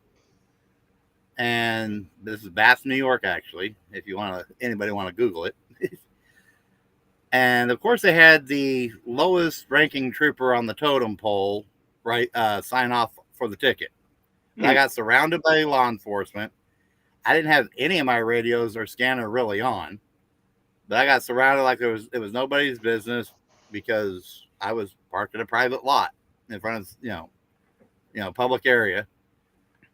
And they tried to, and the only thing that they could come up with to get me on, because I was even parked legally in the space, there was nothing else, was a scanner law. Scanner to try and get me on the scanner law violation. Then they wrote it for the village instead of or for the town instead of the village. So there was that fun issue. Uh, if you're familiar with New York, they can have both, and yeah, because even though it's state troopers, where I was physically parked was within one of the village town jurisdictions. Mhm. Well, I go to court on the day because they held the village one on Wednesdays and like the town on Thursdays. I go in on Wednesdays thinking for my court date on the ticket. Oh no, you don't have court here because afterwards I reached out to the judge because he just happened to be my wife's former family attorney. So no conflict of interest. We weren't married at the time, so to find out about it, and then also talk to him on the side note about something else. But the next thing I know, when the court date did finally show up, they tried to plea deal me down to a charge of because they knew they weren't going to get me on that one because I had the laws printed out with the exceptions, my FCC license in my hand, everything. They tried to plea deal me down to basically a motor vehicle violation that would apply if you were like parked on a shoulder in a blind corner on a mountain road type charge, just obstructive parking type of deal. It's like it was weird. And then of course they when I refused to plea it because I even though I was pro se, they knew they didn't have me on it, and I had them. And then, of course, the trooper didn't show up either. So, none of the troopers showed up. But of course, it was the female trooper who was the lowest one on the totem pole that they made sign off on that ticket. Well, the process is the punishment. That's how a Yep. lot of them look at it. Well, luckily, there was nothing other than just a little bit of time. There was nothing, no money wasted, really, or anything like that. Well, therein lies a Not to go good. to time either, so I was good. Well, what you said, Eric, is, and I never thought about it, but we would assume that we could listen to any damn thing we want to listen to, and therein lies a great item to add to a checklist, is to see if there's any goofy state law, county law, city law ordinance that says if you are jaywalking and listening to a scanner, can they nail you for listening to a scanner as you jaywalk? Because you're committing the crime of jaywalking. You know what I'm saying? So it'd be a good idea to say, hey, is there something in place? I think the nuance on that one is in most states regarding the commission of the crime with the scanner is you have to basically use the scanner within the commission of the crime, as in to avoid detection, avoid the police as they're responding. But they can hem me up like Kevin's been hemmed up for just BS. And there's a guy, and it goes back to what was said earlier. Mike said it. Excuse me, allergies. Is that every person that goes out and stresses whatever system they're in front of 2A, 1A, everybody has a different MO, method of operation. There's a guy, Impact Media Channel, this guy out of California, and he put something on a short post that a lot of channels have busted his chops because when he's doing it in a post office, people say, what are you doing? Fully masked up. I mean, you can't see, you got everything. And he answers their questions, and people are they're slamming the guy for it. And of course, you're free to do what you want to do. And what I think is interesting, and Kevin, I know how Kevin got started. And I've done it once. I'm going to go out. I'm going to go to Aransas Pass, Texas, communist city, Aransas Pass, Texas. I've been watching that stuff too. So. Well, I I brought don't the video since on I my can't get channel out. about it, and I told Kevin what I'm going to be doing. That's going to be kind of funny, but the idea is you go down prepared. I don't know if you were in the military, Eric, but all of us have been in the military. Navy. Okay, so we all know there's checklists. Every MOS you've got. If you're going to break down in my era, GAU, M16, there's a sequence of events to break down the daggum thing. When you're going up the firing line, yada, yada, yada. So people forget they need to take that mental process. Just because we're older does not give us license to say, oh, we don't need to do it anymore. Because when you're going to go out there at the risk of your liberty, your family, and your money, and possibly your life, why wouldn't you want to be prepared? Well, I'll In a also hard add to copy. that. I'll add to that by saying it really, yes, that's a good thing to be prepared. Um, Also, though, on the flip side of that coin, with a lot of these people, these tyrants that we deal with, it doesn't matter how prepared you are. Right. It Yeah. it, it They're means still going to step on absolutely you. nothing. Right. And the only thing that you can rely on is the hair on your skin when it stands up, or the way that person said something, or the way he's looking at somebody else or she's looking at somebody else, that's going to keep you out of the problem. And a lot of people don't have that sixth sense that Right. that I'm talking about. Well, But do you This know is why it's important? I don't know Let where me you just are. add one more thing. One more thing. The reason why, as a pilot, why do we carry a checklist? So you can troubleshoot, but also knowing that if the proverbial stuff hits the fan, you've got a mental checklist flow Mhm. that keeps your psyche mellow. Now, Kevin has done, and I've told Kevin this, I've seen when he's done. I have to shut off stuff on some of the channels because I get so vested personally in it. I'm a type of guy, I want to jump in and go 10-8 on something. You know what I mean? And I mean, I just really want to get involved. That's good for PTSD. I've done some videos about that, of PTSD. If you have a PTSD plan, I have literally a checklist of things I do that if someone's doing something to me that I know is going to invoke a PTSD reaction, I go through that checklist so that my emotions are always in check. So what you're saying is absolutely valid. And I agree Well, with Kevin I'm a because full-time RVer. We have you have a checklist checking when you're in a campground and leave the campground, even if it's just a mental checklist. Okay, I got to make sure the hoses and cords are rolled up. Right. I got to make sure Blackwater's everything's in its done. place, everything's Right. packed, or it's going to fall down and break before you get 2 miles. So Yeah, I hear you. make sure tanks are This- dumped, and there's a process for that. So you don't end up like Robin Williams in RV. I don't know if you guys saw this story, but it goes back to what Kevin said about how some of these police officers and government officials just don't care. Have you seen this video of the gentleman arrested in the Bay Area Transit Metro for Yes. charging his Yeah. phone? Not that one. Yes.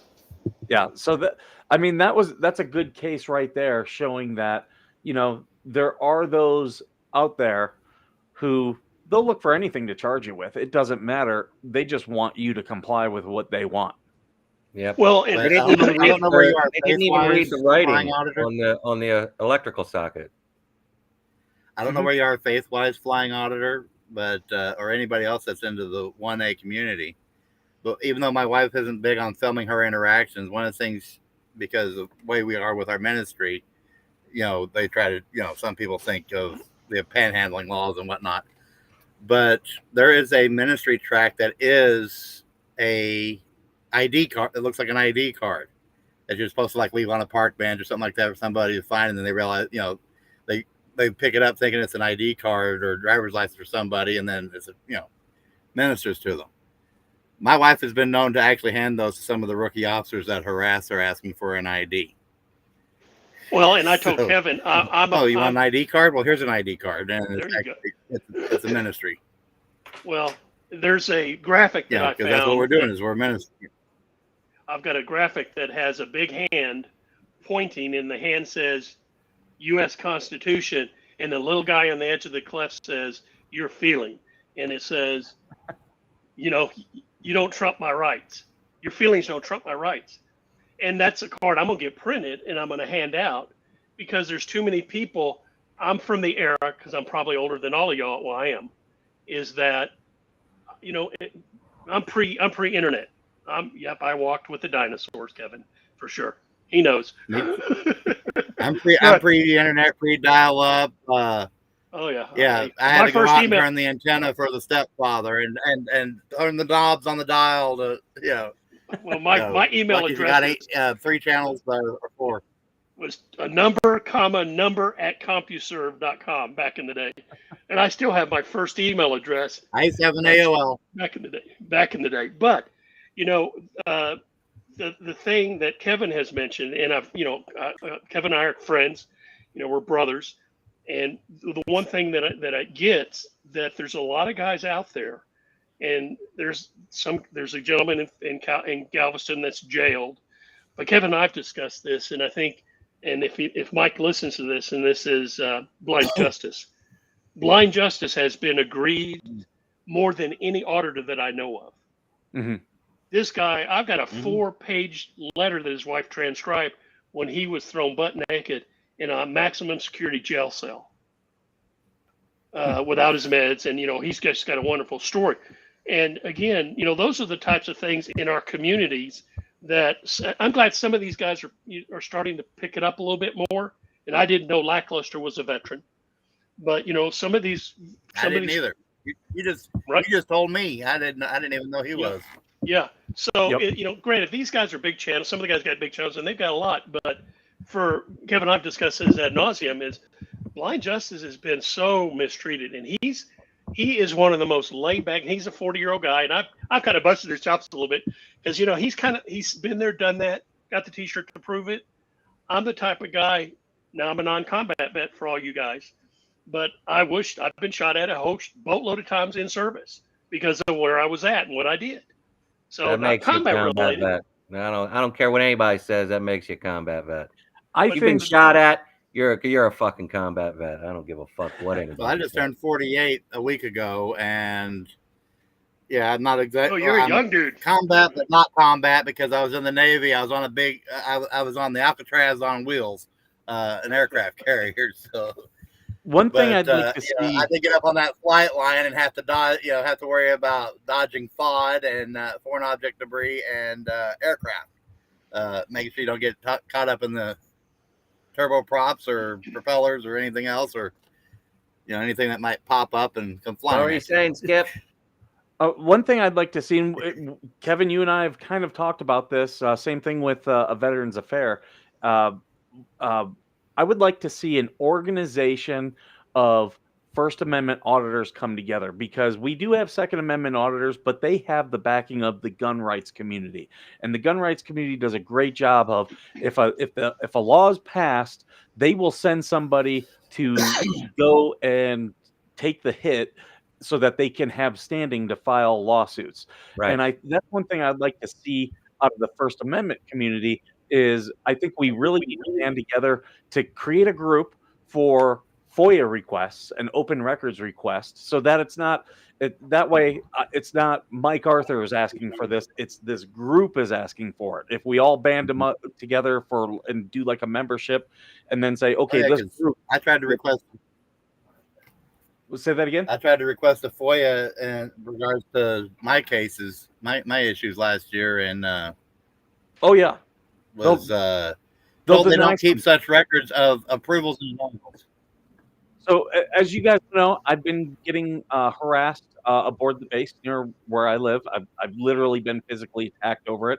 All that is coming to light. I will have it all on the channel at some point, but they denied me FOIA requests for years. And in fact, I appeal every single one. And the one went all the way up to the Department of Navy in the Naval Yard there in DC. And they denied me because it wasn't in the public's interest. They said that I had a personal invested thing, which I did, but they said, but we're not going to release it to you because it doesn't have the public's interest. Well, if you read the FOIA law, that's actually illegal. There's nothing at all that says, well, it has to be in just by me being a member of the public requesting it, it makes it in the public's interest. Well, they So did your AVA FOIA was- dirty. They did AVA dirty, and instead of denying the requests, they just charged him $9,000 for all the information that he wanted. Hey, here's a bill for $9,000. And that's Good why luck. we need to have an organization, because if it's not a name, like an individual, like if it's not, any of us, but it's, hey, the First Amendment auditing organization, whatever name we come up with, or veterans auditing organization, if that organization is requesting it, it's almost like the ACLU asking. It's an organization, so they don't know who specifically in that organization wants it, but they know this is most likely going to be a place that is organized, can have a whole bunch of people request that same information, but then also be able to pay for an attorney if it ever comes to that. Well, that's going to be part of the, I got big plans with this Organization equal nonprofit. lobbying power, and the numbers and organizations equal lobbying power, and the lobbying power is what gets you any attention, such as like what's called the ARRL, Amateur Radio Relay League, which is the one and only organization really for amateur radio that lobbies the federal government for for laws and to keep laws from getting too restrictive, but they don't really support have the best interests of most amateur radio operators in mind these days. But that's a side point. But the best way is, and Veteran Nation is a good name to kind of gather that on. I would say not to toot your horn, Skipper, but it is a good name to bring that kind of an umbrella too. Mm-hmm. Here's the thought process. It is. I like when I looked at Veteran Nation. If nobody knows what it is and you're a vet, somebody will want to dig into it to find out what Veteran Nation is as a foundation. And what you said, there's DOD request when you're doing something in the public arena on a DOD request, as you found, because you said you did, Mike, a request, and I'm assuming it was on the base to the organization on the base that aggrieved you, if I understand what you were going through. So, there's, irrespective of what the law says, what it is on a high level, the ultimate law of the land. But we all know that city, county, state, and Fed operate totally differently and will ignore the rule of law. 100%. So when we say, there's people that go out to stress a specific arena of the First Amendment. And, and like you said, Eric, you want to go in and do the ADA side. And Mike at Blind Justice made a good point. When I talked to him, he says, you can bellyache all damn day about ADA not being in compliance. There's not an organization out there that's a policing organization that will force them to do squat. Right. So it's mute. Now, here's where we can take it a step further. In Texas, we've got a group of congressmen that are Navy SEALs, special operators that have formed a group. Now, I've reached out to some of these, and one of my client friends actually gave a boatload of money. All right, wait, my deaf dog just woke up.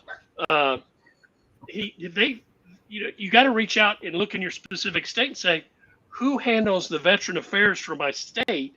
Who are veterans?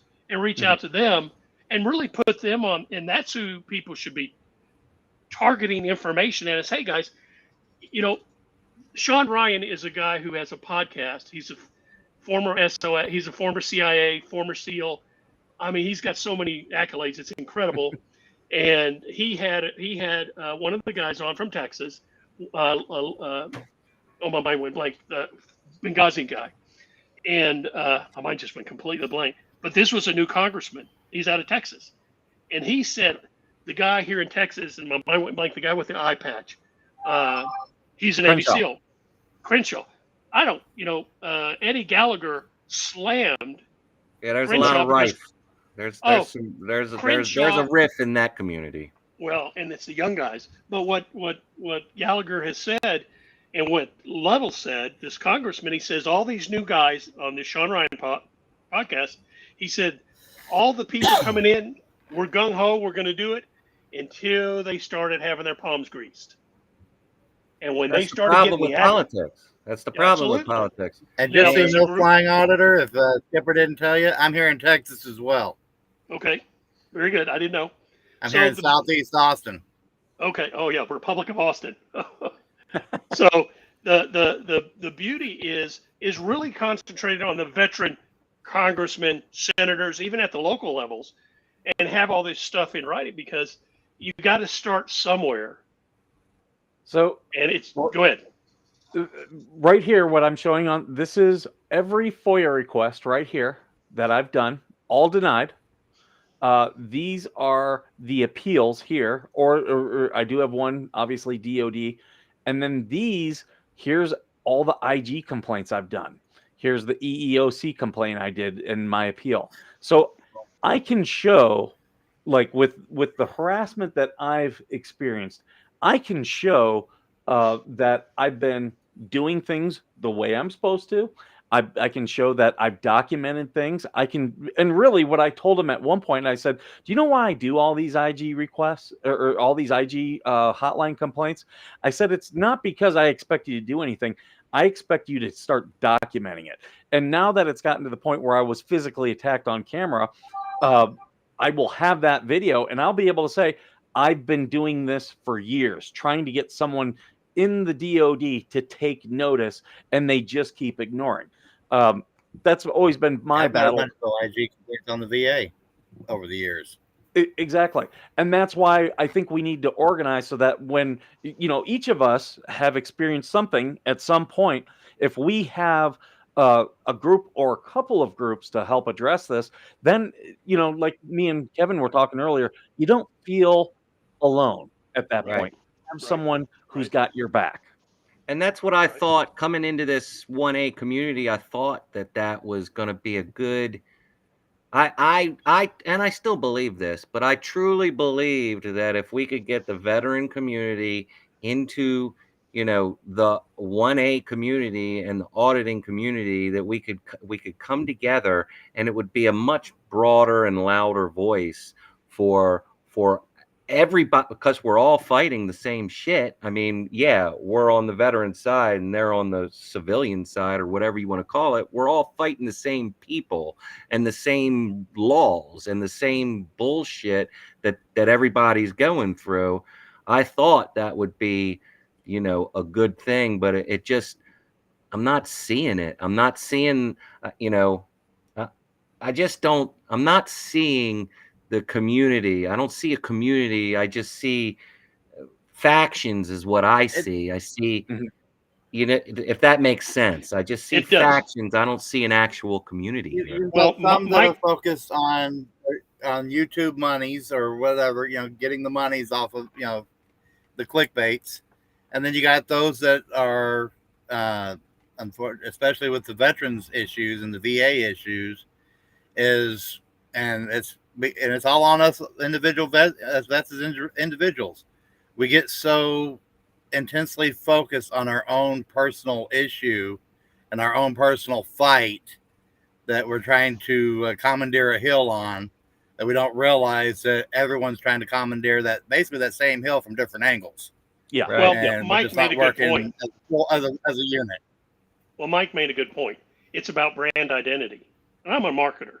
When someone spends X amount of dollars designing a brand color scheme, Kevin the Angry Vet, somebody stole his, and now there's Angry Vet, whatever, some other guy has used his word. See, so many people have spent money, time, and effort to build a brand. I know I have a company that's well branded here in Texas, and if someone tries to steal my stuff, I have attorneys that I'll go after them about. And I'm retiring. I'm kind of semi-retired now anyway, but still, if you've created a brand that's specific to you, let's say a caricature of Kevin, somebody draws up a really cool caricature, he loves it, he brands it, he trademarks it, and then he registers it and that takes money to do so, and somebody infringes upon that. There's more platforms than YouTube. There's the green, there's one guy calls it the Green Channel, which is Rumble, I think. So there's all these different venues that you can get your point across. Of course, this is a free channel, unless you're putting money in to do A, B, and C on. So that's where the disconnect comes. What I do on the background, I send emails in. I spend boatloads of money on people's behalf that they'll never know. Yeah. Now, I'm not asking for the accolades. It's just what I've done. And like I've mentioned to Kevin, there's so many guys and gals out there that have asked for A, B, and C. If they know you've got money, they know you've got resources, they know you got time, all that stuff, then, it's just like you win the lotto and everybody comes out of the woodwork at you, right? So you got to pick your battles, as you've said, Eric. You got to pick your battles, choose the people. Doesn't mean you negate anybody, but you're one person with a finite amount of time in addition to your life. And that's Kevin, why I want to start that nonprofit. Absolutely. That's why I want to start. Kevin and I have discussed this a lot. We've been talking. We talk regularly and belly laugh a lot. But the big thing is, some other people that want to start a nonprofit that would help, help a lot of veterans, people in general, but definitely help the veteran community as well. and it's just there's just so many people that want to do something to help, but it's basically they need one unifying flag versus 80 different directions. Yeah. And Kevin, you'd asked me. I know we'd come up with a name before, and I can't remember what it was, but I really liked it, and now I can't remember what it was. And yeah, I was racking my brain. The only thing I could think of was respect our rights.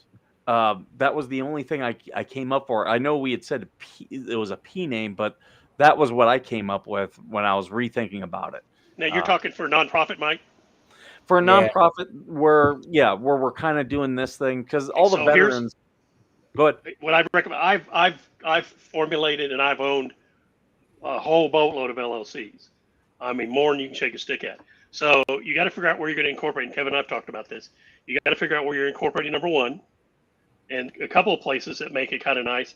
Montana and I forgot the other place. Wyoming. Because Wyoming, because there's things you can do with a nonprofit, but what you do is you look in those states, you go onto the Secretary of State website and you do a search in the business and corporation section and see if that name's available, because that's where you're going to find it. Then after you've found it, then you either go to GoDaddy or whatever and see if the domain name, because I've had a web business and I told Kevin I'm working on a group right now that I've put on the back burner for at least this next 3 weeks, 4 weeks, because I'm so busy with what's going on. I've got a platform that I'll be able to literally protect the emails, I mean, it's so tight that the guys that put it together that own it, short of a court order, you can't hack it. You can't get into it. It's very secure because all these other Google's open, like, who was it? Somebody, was it you were telling me, Kevin, that, or was it somebody else that, maybe it was Jason Fallowell, but the cops actually did an order to Google to have Google release all of the information on this guy's YouTube channel and his Gmail accounts. Yeah. They didn't even do that for me. They just broke it when they stole my phone. They just broke into my Google. They hacked into my Google and wiped out all my videos from February and March. Yeah. So, those are some of the things you do. And it once this thing comes together, like I've told Kevin, you kind of want it like you've been doing, Mike, and as the Navy guys will recognize it. I'm the only Air Force guy here. And of course we got the jarhead up in the corner, is that when you stand on the bridge on the bow and you are looking out into the horizon and you see this inbound trail of bubbles coming your way, for all the mariners and Navy guys, you know what that is? That's a torpedo. And by the time you see that, you're SOL. And what I see, and Kevin, I've talked about, there's a lot of guys out there that tell everybody their next moves. Oh yeah. Why would you arm your competition? Yeah. And people that could do you an injustice by letting them know what your next moves are. Yeah, So there's people some keep stuff. asking me why haven't you put any videos out yet? Why aren't you talking about your situation? Why aren't you trying to get your story out? Blah blah blah. Well, Jesus Christ, I'm still in. I got 8 charges hanging over my head.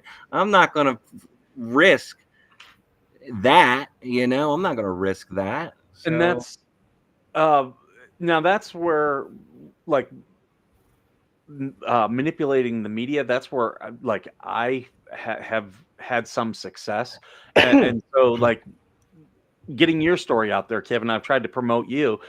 Maybe that's what we can all kind of do together. I can start writing up some emails on your behalf, and if all you guys are also willing to help me identify emails and stuff for different news channels, because then we can mass email and be like, hey, you need to get this guy's story on.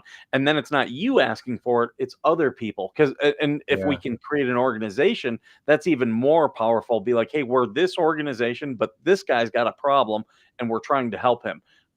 You're way more likely to have that happen. And I've seen, and I've had a lot of veterans nonprofits and veterans groups approach me, and also people starting YouTube channels. And I'm like, look, here's what I've learned, and I'll just tell them exactly what I've learned on everything. Because some people have different strengths and whatnot. And you got to play when you're doing it by yourself, you got to do it all. But if we have a group and it's, like I've said that with, I've taken on way too much social media. So I've had people be like, you need a TikTok. I'm like, no, I do not. I do not want a TikTok. I have a Discord account, but I don't have a Discord server, Right. But I think there are places like Telegram, Discord, where we could start getting people in and really start moving to formalize this organization. If we want to do it as a nonprofit, great. But I think I think trying to find attorneys to represent the organization, I think will be big. And I think being able to I already got a couple pretty strong ones that are Okay. willing to work with us. And I have I got a retired major who is a psychiatrist that is willing to work with us. I Okay.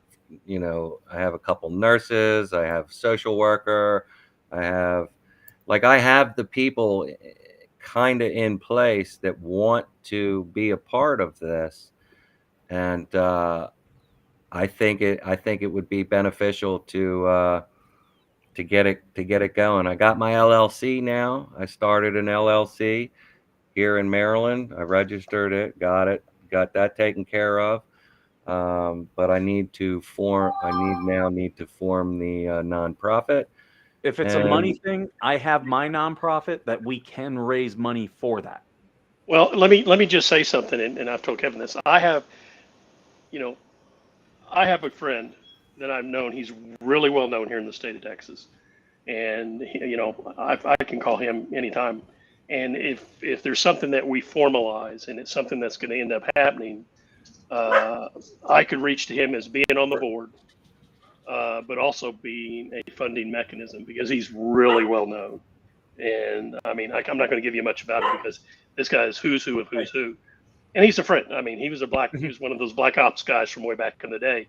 Oh, it's happening. It's I thought you were going to say he was a black guy. No, so I'm more of the Skipper, reel it in a little there, Skipper. To touch on what Skip was saying, we all have our strengths, and basically my strength is not building a business. You know what I mean? My strength is putting my feet to the ground and getting in people's faces and making fucking noise.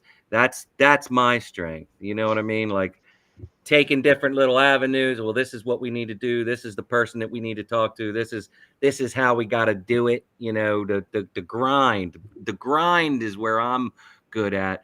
All this other shit, putting stuff together like that, I'm not good at that shit. I can tell you now. That's what you've got to have. I'm just a creative guy. I get creative, but I can't put anything down on paper. Well, you've got all the ideas. And your nonprofit is your nonprofit based out of CA? Yes. Okay. Are you under a LLC or an INC? LLC. LLC. Out of California? Yeah, California allows you, if you're going to do a nonprofit, you can incorporate an LLC for free. Okay. So, but when you do these things, and like you said, Kevin, you're the boots to the ground. I'm the kind of guy because I formed over the last 20 years. I probably formed close to 20 LLCs for myself. So I'm adept at it. I know what's required. I can just do this ad nauseum. But when you're looking at a nonprofit, what you've done, every nonprofit has a different mission statement, a different method of operation. And so it's got to be figured out. What's the purpose? Instead of being a nonprofit that is open and meets everything, what specifically is going to be the direction it takes, and who and what and when and where is it going to happen? And you got to have some, like you said, Kevin, you got nurses, what have you. I've got a friend who I can reach out to. He's a former Marine that's founded one of the largest law firms in the U.S. And it's not related to this, but I'm sure all I have to do is pick up the phone and call him and just say, "Bud, can you point me in the direction?" And he could probably be a general counsel because he's been general counsel in a couple of my companies. So the idea is to have this structure in place. And ideally, it'd be nice to have the structure being veterans because we're unique animals. Been there, done that, and everybody's got their different skill sets. And we did, we joined for different reasons. So again, is that being, it's just like in real estate, you can be like the over 55 community. Well, you can determine who can live in that community because it's set up as an over 55 community. You can dictate terms and conditions. And so with us as a nonprofit, it's like, okay, doing the FOIA, that's one little arm of it. Yeah. But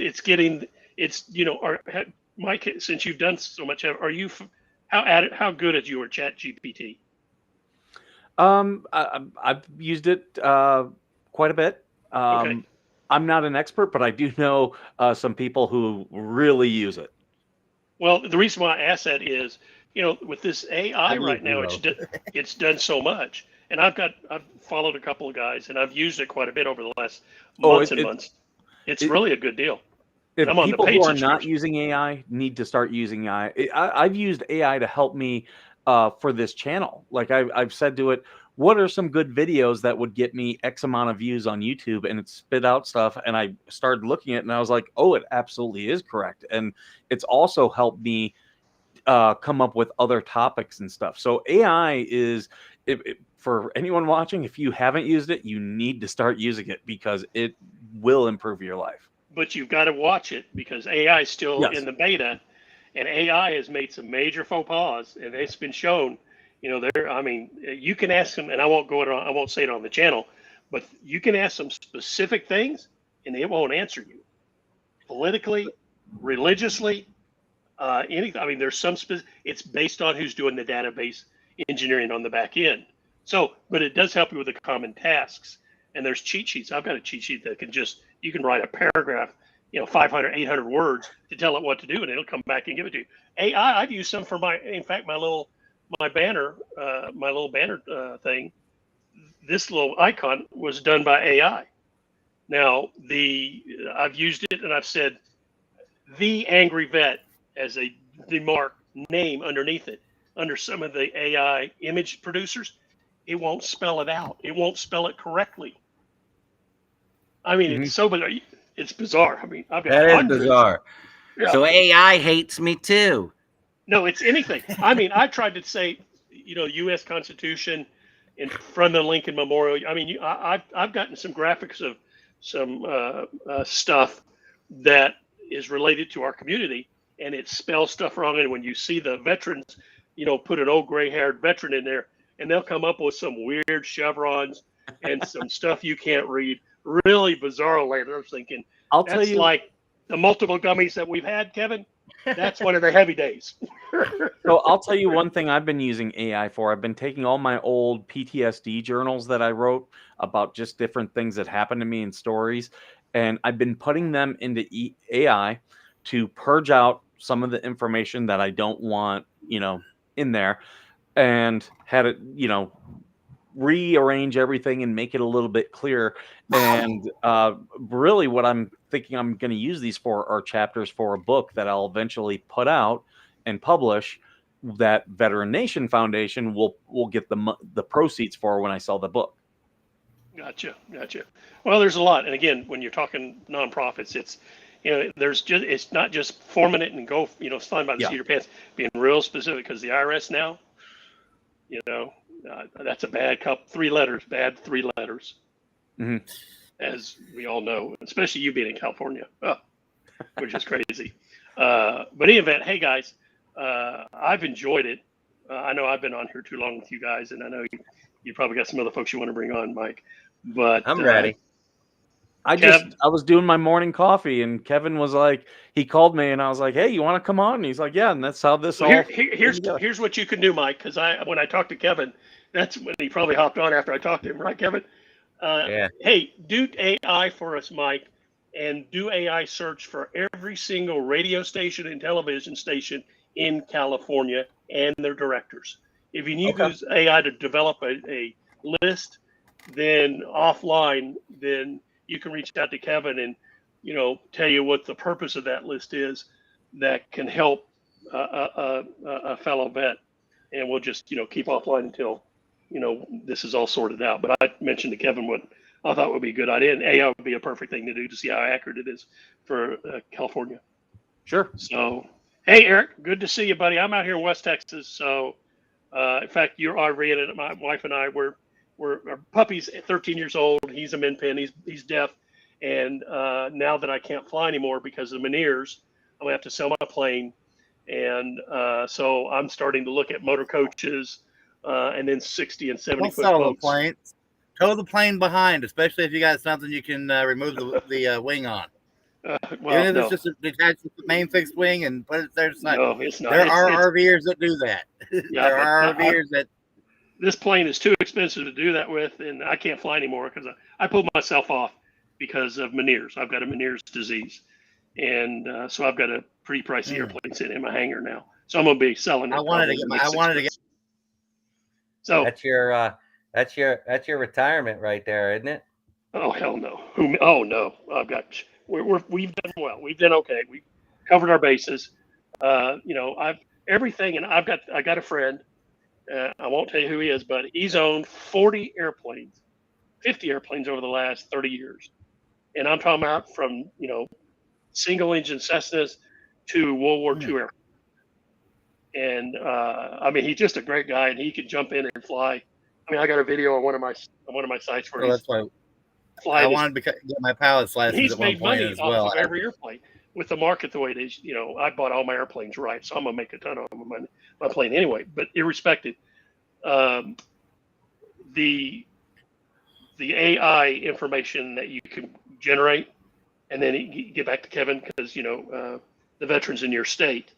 In this way, there could be a strategy to, I don't know if AI can do dialers, auto dialers. Make it automate emails and auto dialers. I That can would be find interesting. out. Question for you, gentlemen. Would you I know a little be bit about the phone service things on the PBX phones. Yep. I know a little bit about that stuff, and I actually have one for my ministry. So I think the strength of this is that we all have different strengths and that we're also all in different parts of the country. I do know Eric and me both are on Discord. Are you gentlemen on Discord? No, Yeah. I've not. I'm not. I've heard and or not heard, but I've seen the drama on Discord, and I kind of have to stay away from the fucking drama. See, that's not. Discord has different servers. Some of them have some major dramas. Some of them are a little more reined in. So when you sign up for but I also have Discord, you're Telegram signing too, on to a so. certain server? Yeah. Can you request a specific server? I It's a hosted server. We could actually send out probably Eric's server link and start our initial stuff there. Discord is just the app, but it's very much geared towards gamers and gamer streaming. Okay. But it's great for organizing. In fact, I've heard of Discord. I've worked with several news organizations who use Discord to plan things because we can do live streams through it. We can do video calls, but also you can set up channels within the server where, okay, this is where we talk about communications. This is where we talk about bylaws, stuff like that. So you can separate stuff. So Eric, you're renting People the have server. different roles and moderators and rooms and can be restricted to memberships only. I'm a telecom guy, so I'm real familiar with this stuff. So there's a service that you're using, and you're using a co-hosted server, or do you have a server dedicated to you specifically that you're paying a monthly rent on? It's on Discord, I have in my case, I have one for my ministry and / podcast, Christian podcast. That is literally, I requested it and it was free, and I just go from there. There are features that you can purchase to add on, but is it Discord.com? server itself is free. It's just an app, Discord, just an app. I understand, but the servers, because I've installed boatloads of servers, so I'm real familiar. So Discord is the app, so you're able to purchase, like GoDaddy. There's shared servers. My website is on a shared server where other people are utilizing this major server, and then they back up everybody at once. So in this case, when you're saying a server, I'll look it up. I'll pull up my Discord and show you. They refer to them. Yeah, I'll pull up mine. It's opening. Well, while you all figure that out, I'm Yeah, going it's to not, bounce it's not the and poop in smoke the a wall. It's cigarette. just a dedicated space. What, Kevin? What? What? What? I still What? I'm sorry. 19. You're doing what? You're smoking what? I'm Yeah. sorry. Nicotine. What? What? I'm sorry. What? I'm sorry. What is that? I You're will not quit. smoking I what? will quit before I turn 50. You lie like a rug, boy. Don't go there. I've been riding his ass since when? You did quit for how many days? Every day I quit. I quit every day, at least once. You're so full of crap. Stop Quit it. what? The, Smoke quit it. what? The right-handed or the left-handed ones? Oh my gosh. Hey, after I've got there's a video COPD and I still smoke. after we Yeah. worked out, he's smoking a cigarette after riding an hour and 11 miles on a bike. Yeah. It felt Here, great. let me get more Hoorah! stuff in my life to help me out. All right, I love you guys. All right, brother. Keep me posted up, Skip. Keep me in Will do. text message on the phone or whatever. All right, I love you guys. Tell Love you all too, the bro. subscribers and everybody bye. Bye. Ciao, bud. Thanks for joining. So, hey, Skipper, I'll look at it offline as well because I got to bounce on my end. I'll send you a link. Okay. I'll send you a link to Eric's server, and once you click that link, it'll ask you to download the app, and then you'll see the server. You'll be able to join his server, and you can see the type of things that you can do with it. Gotcha. Okay. Sounds good. And All I right, just hey, had a Eric, good minimum. I know talking. some people that do a lot more, so I've just got basic minimum stuff going on, but it's Gotcha. cleaned up enough to understand. Gotcha. All right. Well, look, good to meet you, Eric. And hey, Skip, good to see you, bro. Yep. We'll talk to you Sure. later. Have a great day.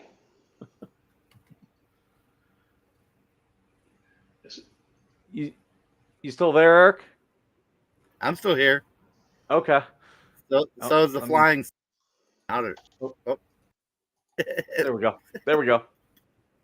So I I think we I think that was I came in I a think that little was a- late to the show, but yeah. Well, when I I was saw where I was some of actually those on somebody else's Discord server doing had like a council meeting of setting things up for growth and over there, so that's why I was a little delayed from the time you sent me the link.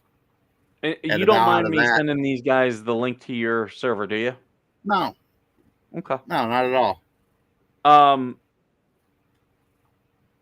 just making Servant Spirit, correct?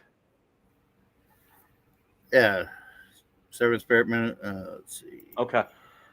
Do you want me to post this on the channel too?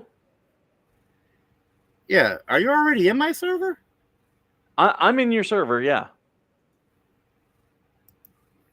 Are you Desert Dweller? Yep. Desert Yep. Dwell. Okay, that I makes just- sense. I'm I in a wasn't sure. bunch of- I wasn't sure who that was. I'm like, okay. Yeah, I'm in a bunch of servers. I just don't run my own Discord server just because running one and being in one are two totally different things. But yeah, Discord is a great organizational tool. Well, I have but Telegram as well. I just haven't used it in like forever. So I'm in you know, Telegram. I got quite a few of them that I haven't used in forever because they're there as tools. And if I need to reach out to certain people on those things, I can eventually go over there. But Yeah, I just get people who they join me to their Telegram meme channels, and that's where I love using Telegram is with memes. My meme I'm game in a- stinks. I'm not very good with. I mean, I've got a very creative mind. There used to be a computer game, and back in the early days, back in dial-up days of internet, they had a online version of You Don't Know Jack. I don't know if you've ever heard of that game or not. Oh yeah. And there on the online version, there was also a group where you could turn around and basically take all those the alphabet soup that the government's well known for, abbreviations, and turn around and you voted on who had the most creative ideas to come up with within a time frame for those acronyms. hmm It was fun. I got one of those brains that did pretty well on that, but I'll tell you what I use Telegram and Discord for the most is actually I've got people that are fans of the show, people who I'm fans of their stuff, and they have Telegrams and Discords. And when where it's coming to play is every time I lose a Twitter account, I'll go in there with my new account and post it and be like, "Hey, here, this is me. I've got a new account," and then I get at least my core supporters right back, and that's why these people who attack me, when they start going after my accounts, I'm like, go after it because you're not going to really hurt me. I'll rebuild bigger than what I was before. Well, now you have the infamous check mark on your Twitter, so it makes it harder for them to remove you. Yeah. Because you're paying, and if they're on a free account, it's going to be a little harder to. Who's worthy going to take a little more? The person who's actually paying for the privilege, or or just somebody, a Russian bot.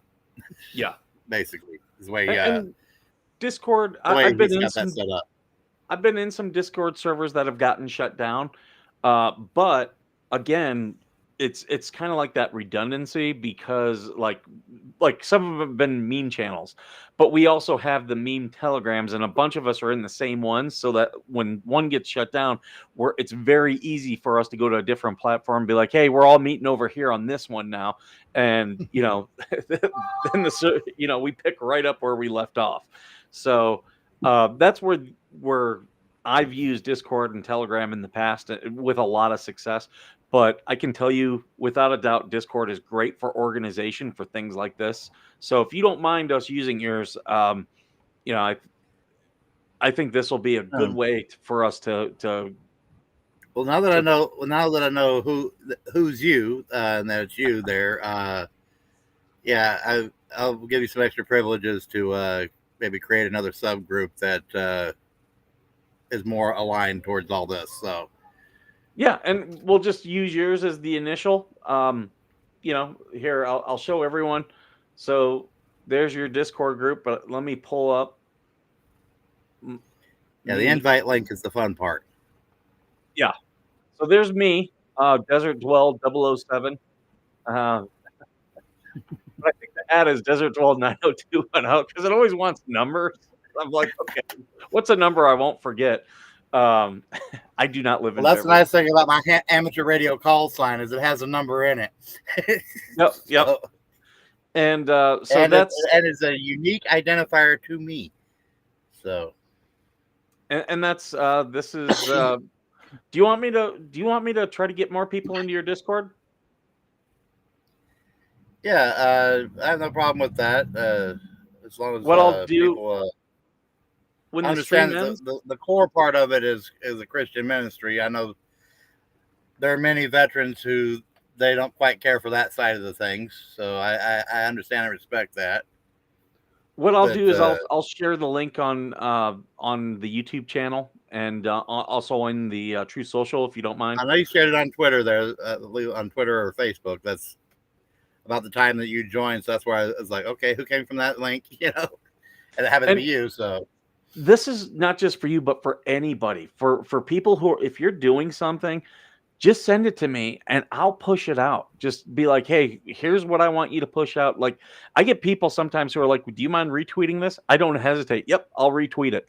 And, trying to build up their brands. That's what Veteran Nation's all about. It's not about me. It's about. And along those lines, for your listeners, listeners, watchers, how you want to refer to it, YouTube, Twitter, Facebook, LinkedIn.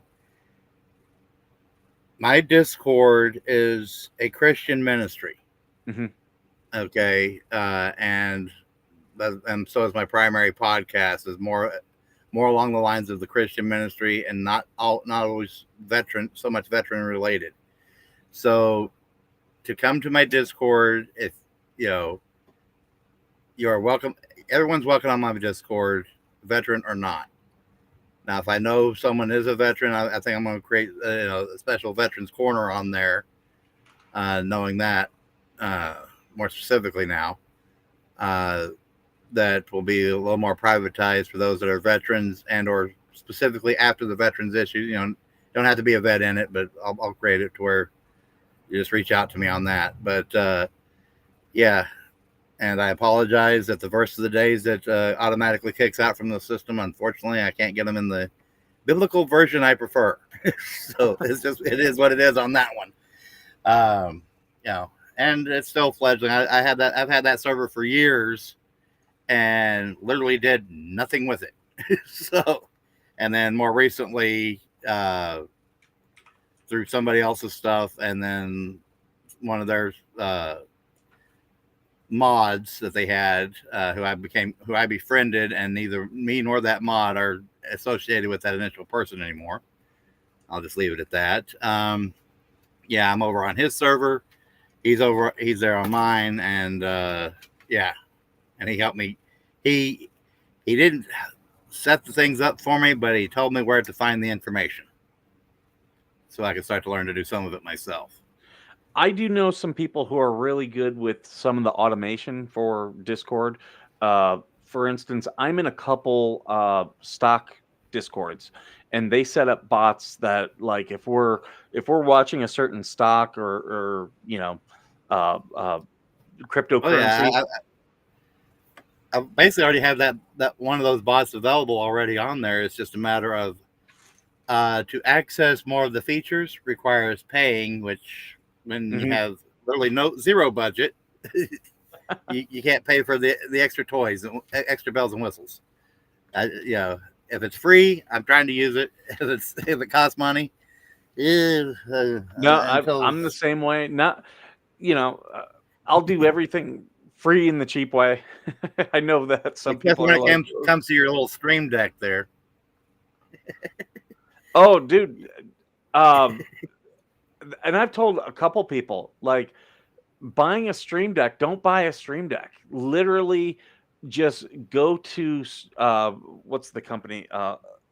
Elgato, I think is the name. Elgato is the one you're using. I am using Touch Portal. And I paid basically $12 for a lifetime license to have a lot of access to things. Okay, so I paid $65 for a lifetime license. And then I paid like either $12 or $17, something like that. It was less than $20 for the lifetime license I have. And I use an iPad. This is my Stream Deck. I could use an iPad too, but this is on a old cell phone. Yep. The old cell phone, old tablet. Perfect. So yeah, that's I'm the same. I get it to work on the old Kindle Fire, but I probably could if I rooted it or went through the APK. It's funny because I was trying to do the same thing with mine to replace that with this, but this one is incompatible. But I do have a phone I can use. I'm just using the tablet for now. Along some of the lines of what they were talking about, and I know with your foundation, and I know probably with Flying Auditor and things like that, one thing I do know, and like I say, one of the things I do with my ministry is I do have, for example, a phone number I pay a small amount a month for because I don't get many calls, if any. I might get 2 calls a year and a couple of SMSs a year. And a server to host the PBX, which is a phone box exchange online through a server. But basically, for less than $20 a month, I have an office phone system that I can either use a phone app on my phone to as an extension on the system, or invest a few dollars, and when I have decent internet and not a lot of dust in the buttons, I actually have a desk phone. Actually, a Cisco desk phone that's on the wall here that if I plugged in, it would have a nice little pretty image and extension stuff. So I know a little bit about that, to where if you ever wanted to go with, I know. Reach out to me if you decide to go for a phone line having people with extensions on it type system. You don't have to pay the big boy Grasshopper or none of them big money. I found out that a lot of them charge a lot for $20 a line and all this other garbage. Oh yeah. it's $20 a month, and I have considered- a limited number of lines. I just got to give out, just basically extension and passwords. I have considered setting up a Google Voice line for the show, just so people could call and leave funny voicemails. Stuff that I That could could play that on would the be show. interesting. That's free that's free if it's just you as an individual. But if something that's like say something organizational where you have multiple extensions, Oh, and people spread out across the country like everything is right now. well, I've Yeah, you considered doing it because, like, some veterans have interesting stories, but they don't want to come on the thing. So I thought about, what if I set up a Google number and just tell veterans call, leave a message, and we'll play it live on the air. I've thought about that. Or But- that's another thing with the Discord thing is they could come on, don't have to be on video chat. They could just have whatever image they decide to use on a server and the voice chat, and speak that way. They're Mhm. not physically visible, but it's still still have that live interaction and conversation, Yeah. that live interview. Well, and I've told people, I don't have to show your. Oh, we lost you. Oh, hold on, I'll put you back in. I've told people I don't have to show you, like as you saw with those guys. There are times where they turn off their camera. You don't have to be on camera. We can still hear you. Because I know some people are like, For I don't wanna example, I'll do this just to show. See, here I am talking, and here I am back. So Oh, that's the wrong one. Hold on here. Mine looks a little bit different. there you are. Yeah, I was trying to see if mine does that. I don't have that control unless if I do it. All I do is just disable the camera and then turn it back on. Okay, mine's set up as an avatar. Yeah, yours would show an avatar. Mine, I don't have the avatar set up because of internet screwballiness. It wouldn't let me log into my account so I could share to my channel. It kept But I kicking me think- out for connection reasons. I think we did some good Like, work I don't even today. see the chat on the side there. I don't see none of that. Oh, you don't? The only reason I see your chat is because I popped out the chat from your actual stream.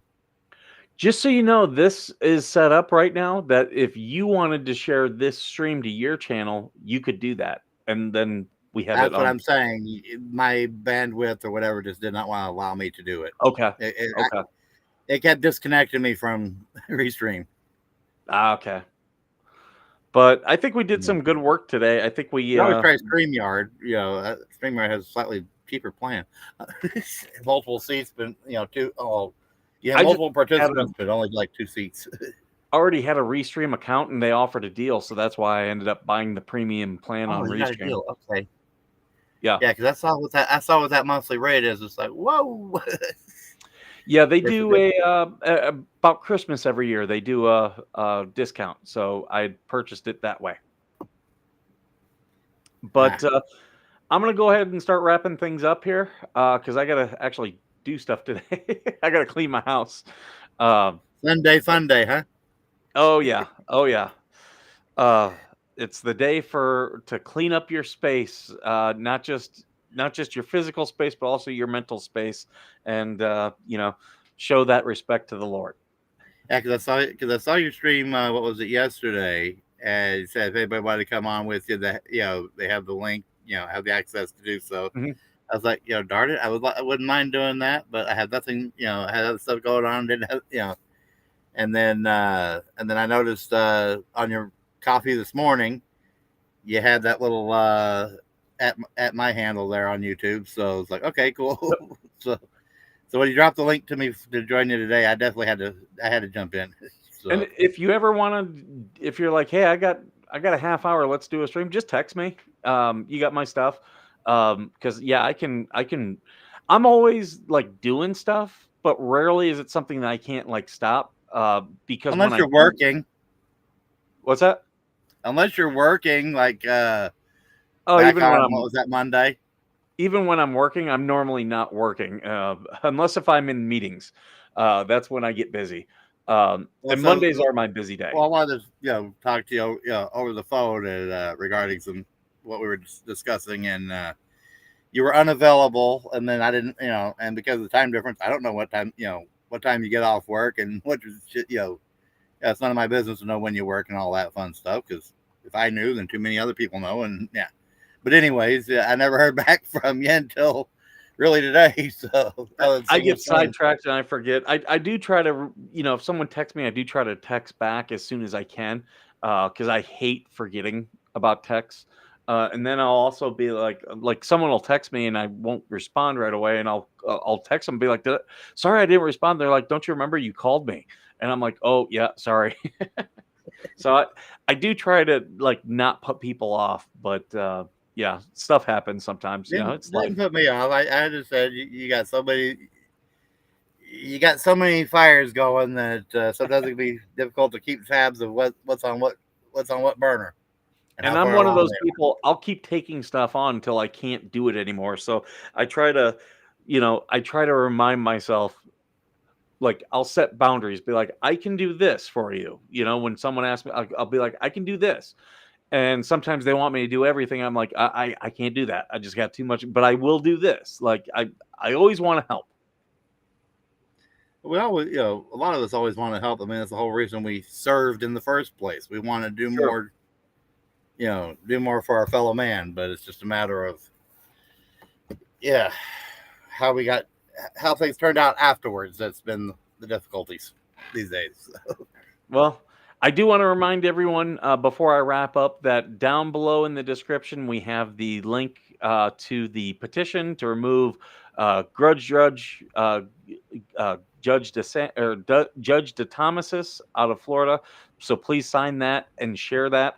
And then also we have the link to the GoFundMe to save Harley Grace, little girl in an abusive situation. Please donate even $5 if you can. If you can't, just share out the link. Try to share it out so that we can find people who can donate, because we want to help that little girl. And those are both in the descriptions of this video, as well as if you're in the LA area, June 9th, we're doing a comedy event aboard the USS Iowa. So if you're in LA or going to be in or near LA and you want to come out, that's going to be for veterans charities. Several veterans charities are planning that. And come on out and we'll watch some comedy aboard a historic battleship. I do want to thank Angry Vet, Greg, the Flying Auditor, and also Eric Miller for all joining us today. Also, TC, my co-host, he's back. He's doing his stuff on Minnesota Black Robe Regiment. So check out all of their channels. For Eric, it's AD7 LTN. He's right here on YouTube if you're watching on YouTube. Flying Auditor and Kevin at the Angry Vet. That's the name of their channels. Go ahead, go like, subscribe, check out their stuff, and hopefully we can do more of these. But thanks for joining me today, Eric. No problem, Skipper. Yeah, maybe we should set up a date, a certain day of the week where you gather a crew of veterans and have a good chat with them. I'm on board with that. I think that's great. In fact, I did share already your Discord link. So if you're watching on YouTube, go to the community tab and you'll see you can join his Discord, Servant Spirit Ministries, and we'll be coordinating there. Hey. All right, everyone. Thank you for joining our stream this morning, and thanks to all of our guests who came in. I think we talked about some really great stuff. And as always, thank you